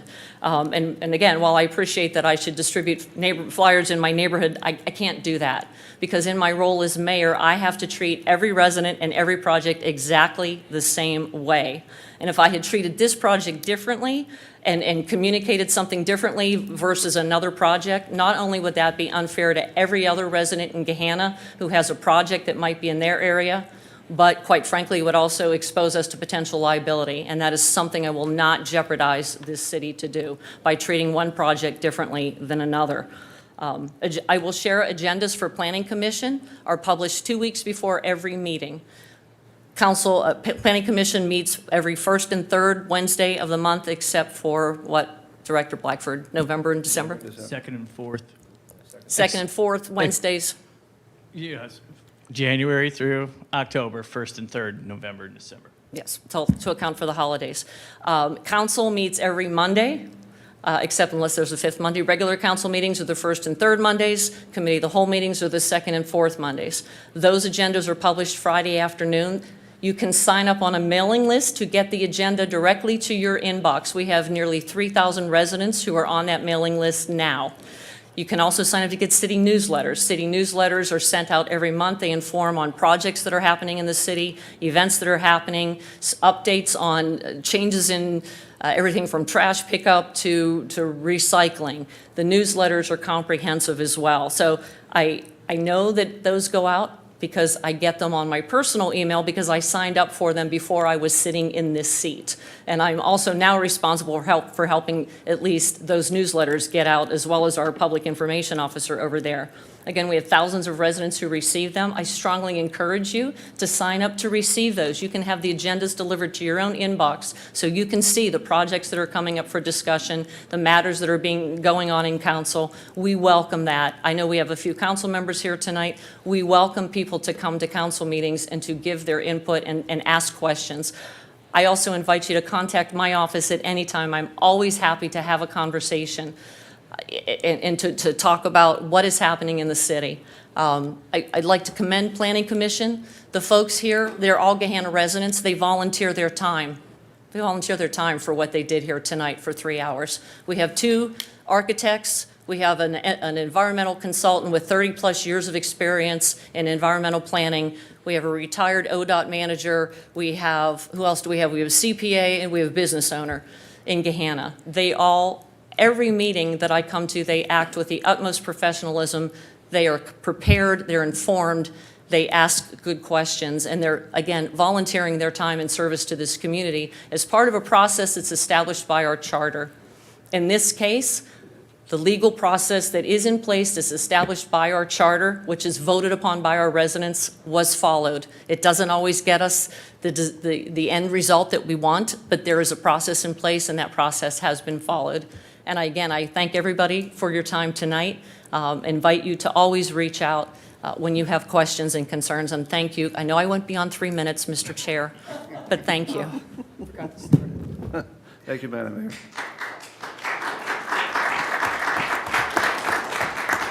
Is there any other official actions or reports that we have? No, sir. Hearing none. No correspondence and actions. Poll members for comment. Mr. Wester, do you have a final comment? Yes, thank you. You're on 3 minutes. Okay, 2:58. I've had a lot of jobs over my career. I've found public service to be very satisfying, rewarding. By the same token, very frustrating. My mention of that Challenger accident and that thesis, it's a very good read. I read it first because as an engineer, I wanted to know what the problem was. I found it to be a lot more enlightening because it was an analysis of management. My education, laws of science, physics, that kind of thing. Management, project management hadn't been invented when I went to school. It was developed afterwards. I read that book, and it reminds me constantly, or I think about it constantly, because as the mayor said, how can I improve myself so what has happened doesn't happen again? I've been on projects where people died. It's not pleasant. It sticks with you forever, okay? You never want to go through that. What could I do as a manager, as a director, as an engineer to avoid that situation in the past? When I look at the city of Gahanna, all right, where does code revision stand on the list of priorities for city council, for the mayor's office? The charter. Should the charter be revised so that there's more authority that rests with this commission? Or should it stay where it's at? Should there be consolidation in there? The traffic study on this project, it was submitted, read it, okay? What's going to happen to it? I have a concern that 2 or 3 years from now, the city's going to have to find money in its capital budget to improve that intersection, to improve those roads. It's not going to be cheap. This city needs more tax income. Taxes aren't popular, but you get what you pay for. I've got other comments on here. I want to appreciate everybody, thank everybody for coming. I do think there's challenges in front of our mayor. There's challenges in front of city council. Whoever's running for mayor, or not mayor, but president, said we need some new blood. I'm wholeheartedly in support of that. I'm an elder. I've progressed beyond the senior citizen state. My term is up at the end of the year. I've enjoyed it. I've found it very rewarding. But it's time to move on. It's time to get some new people to stand up and say it. Mr. Mako, maybe a bad choice of words, but you certainly expressed those feelings the other day in there. Mr. Soriano, great job. It's been an honor and a pleasure to work with these people because of their commitment. All right? Thank you. Thank you, Ms. Wester. Mr. Hicks? Thank you, Mr. Chair. Just a couple comments about, it's always good when the public participates and the public turns out. But I would say the tone that we experienced in this latest application took a turn than I've ever experienced, being on Planning Commission. Not as long as Mr. Wester, but again, there's a lot of passion, and understandably so, but the comments and the venom that was expressed to the mayor and the council is uncalled for. Phrases like "the blood is on your hands," and somebody made a comment about being spineless. I don't know how the mayor and elected officials handle that. I have the utmost respect for them, and they don't deserve to hear that from their constituents. So my message to anyone watching or anyone in the audience or anybody that watches the video later is we can have discourse. We saw it up here, but it must be constructive and respectful.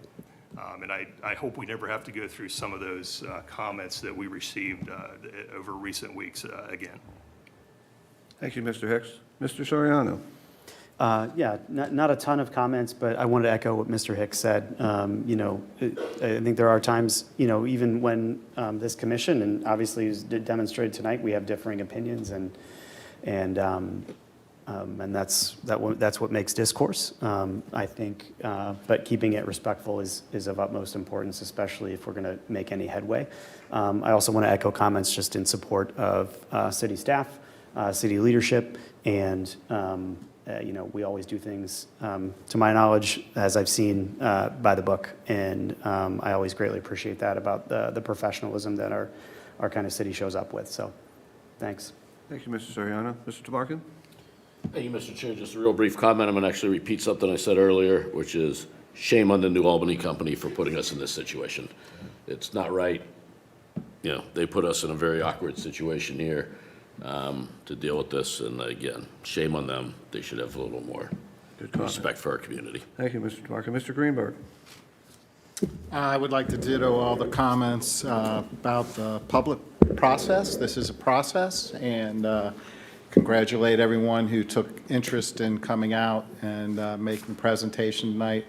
I used to do public hearings for a living, and they were about landfills, and those were a lot harder. You don't want a landfill in your backyard.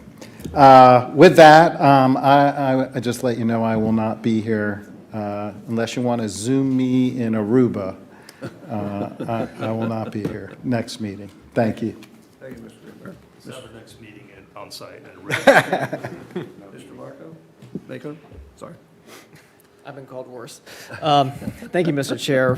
Just a couple of comments. So this, actually this year marks 30 years that I graduated from undergrad and began my public service career by going to grad school in public administration. And those 30 years have gone by quickly, have been actually in worse public meetings than we have seen here tonight. So I definitely appreciate everyone's professionalism, their candor and civility, because again, I've seen things go off the rails very quickly, and it's never a good situation. Also just want to echo, again, the professionalism that I find from the mayor's office and city council. I'm right now kind of in a unique situation where I'm on staff in the city of Westerville, and I see how things work there. I see how things work here, and it's different, but just very enlightening. So I know there's an old song that says, "Life is a highway, let's ride it all night long," and it's good times. And also wanted to say that if you have not been down to the new library, check it out. It's fantastic. Thank you, Mr. Pico. My final comment is, Mr. Blackford, you always do an excellent job. Thank you for guiding us and showing us and pinpointing things. Mr. Roth, it's truly a pleasure having you as a backboard for issues. Madam Mayor, sometimes I'm just sorry that you have to go through some things. I know you got tough skin, you can take it, you'll survive. I think what we learned here is there's some things that are going to have to change because we don't have our hands on a few things. Maybe we should. Hopefully that will come out of this. Very proud of all the members here. It might look like we might be in somewhat unison, but we do not really discuss anything. It's really our opinions and that's what we're asked to give. And it is a broad scope of opinions. Very proud to sit on here, and thank you very, very much for coming out and listening to what we have to say. And I think the city is going to listen to your comments. Mr. Sawyer and I have been on the other side of this, making presentations. They don't go easy sometimes. Although, man, when I like to walk into it, I like to know how the outcome's going to be. I don't think we got the outcome that the owner was expecting. With that, I think we're going to see this in front of us. You might hear some more advertisements. Please keep an eye out, listen to your neighbors, talk to your neighbors. So when that happens, we can be one voice. Outside of that, do I have a motion to adjourn? So moved. Tom, you did a great job. Thank you.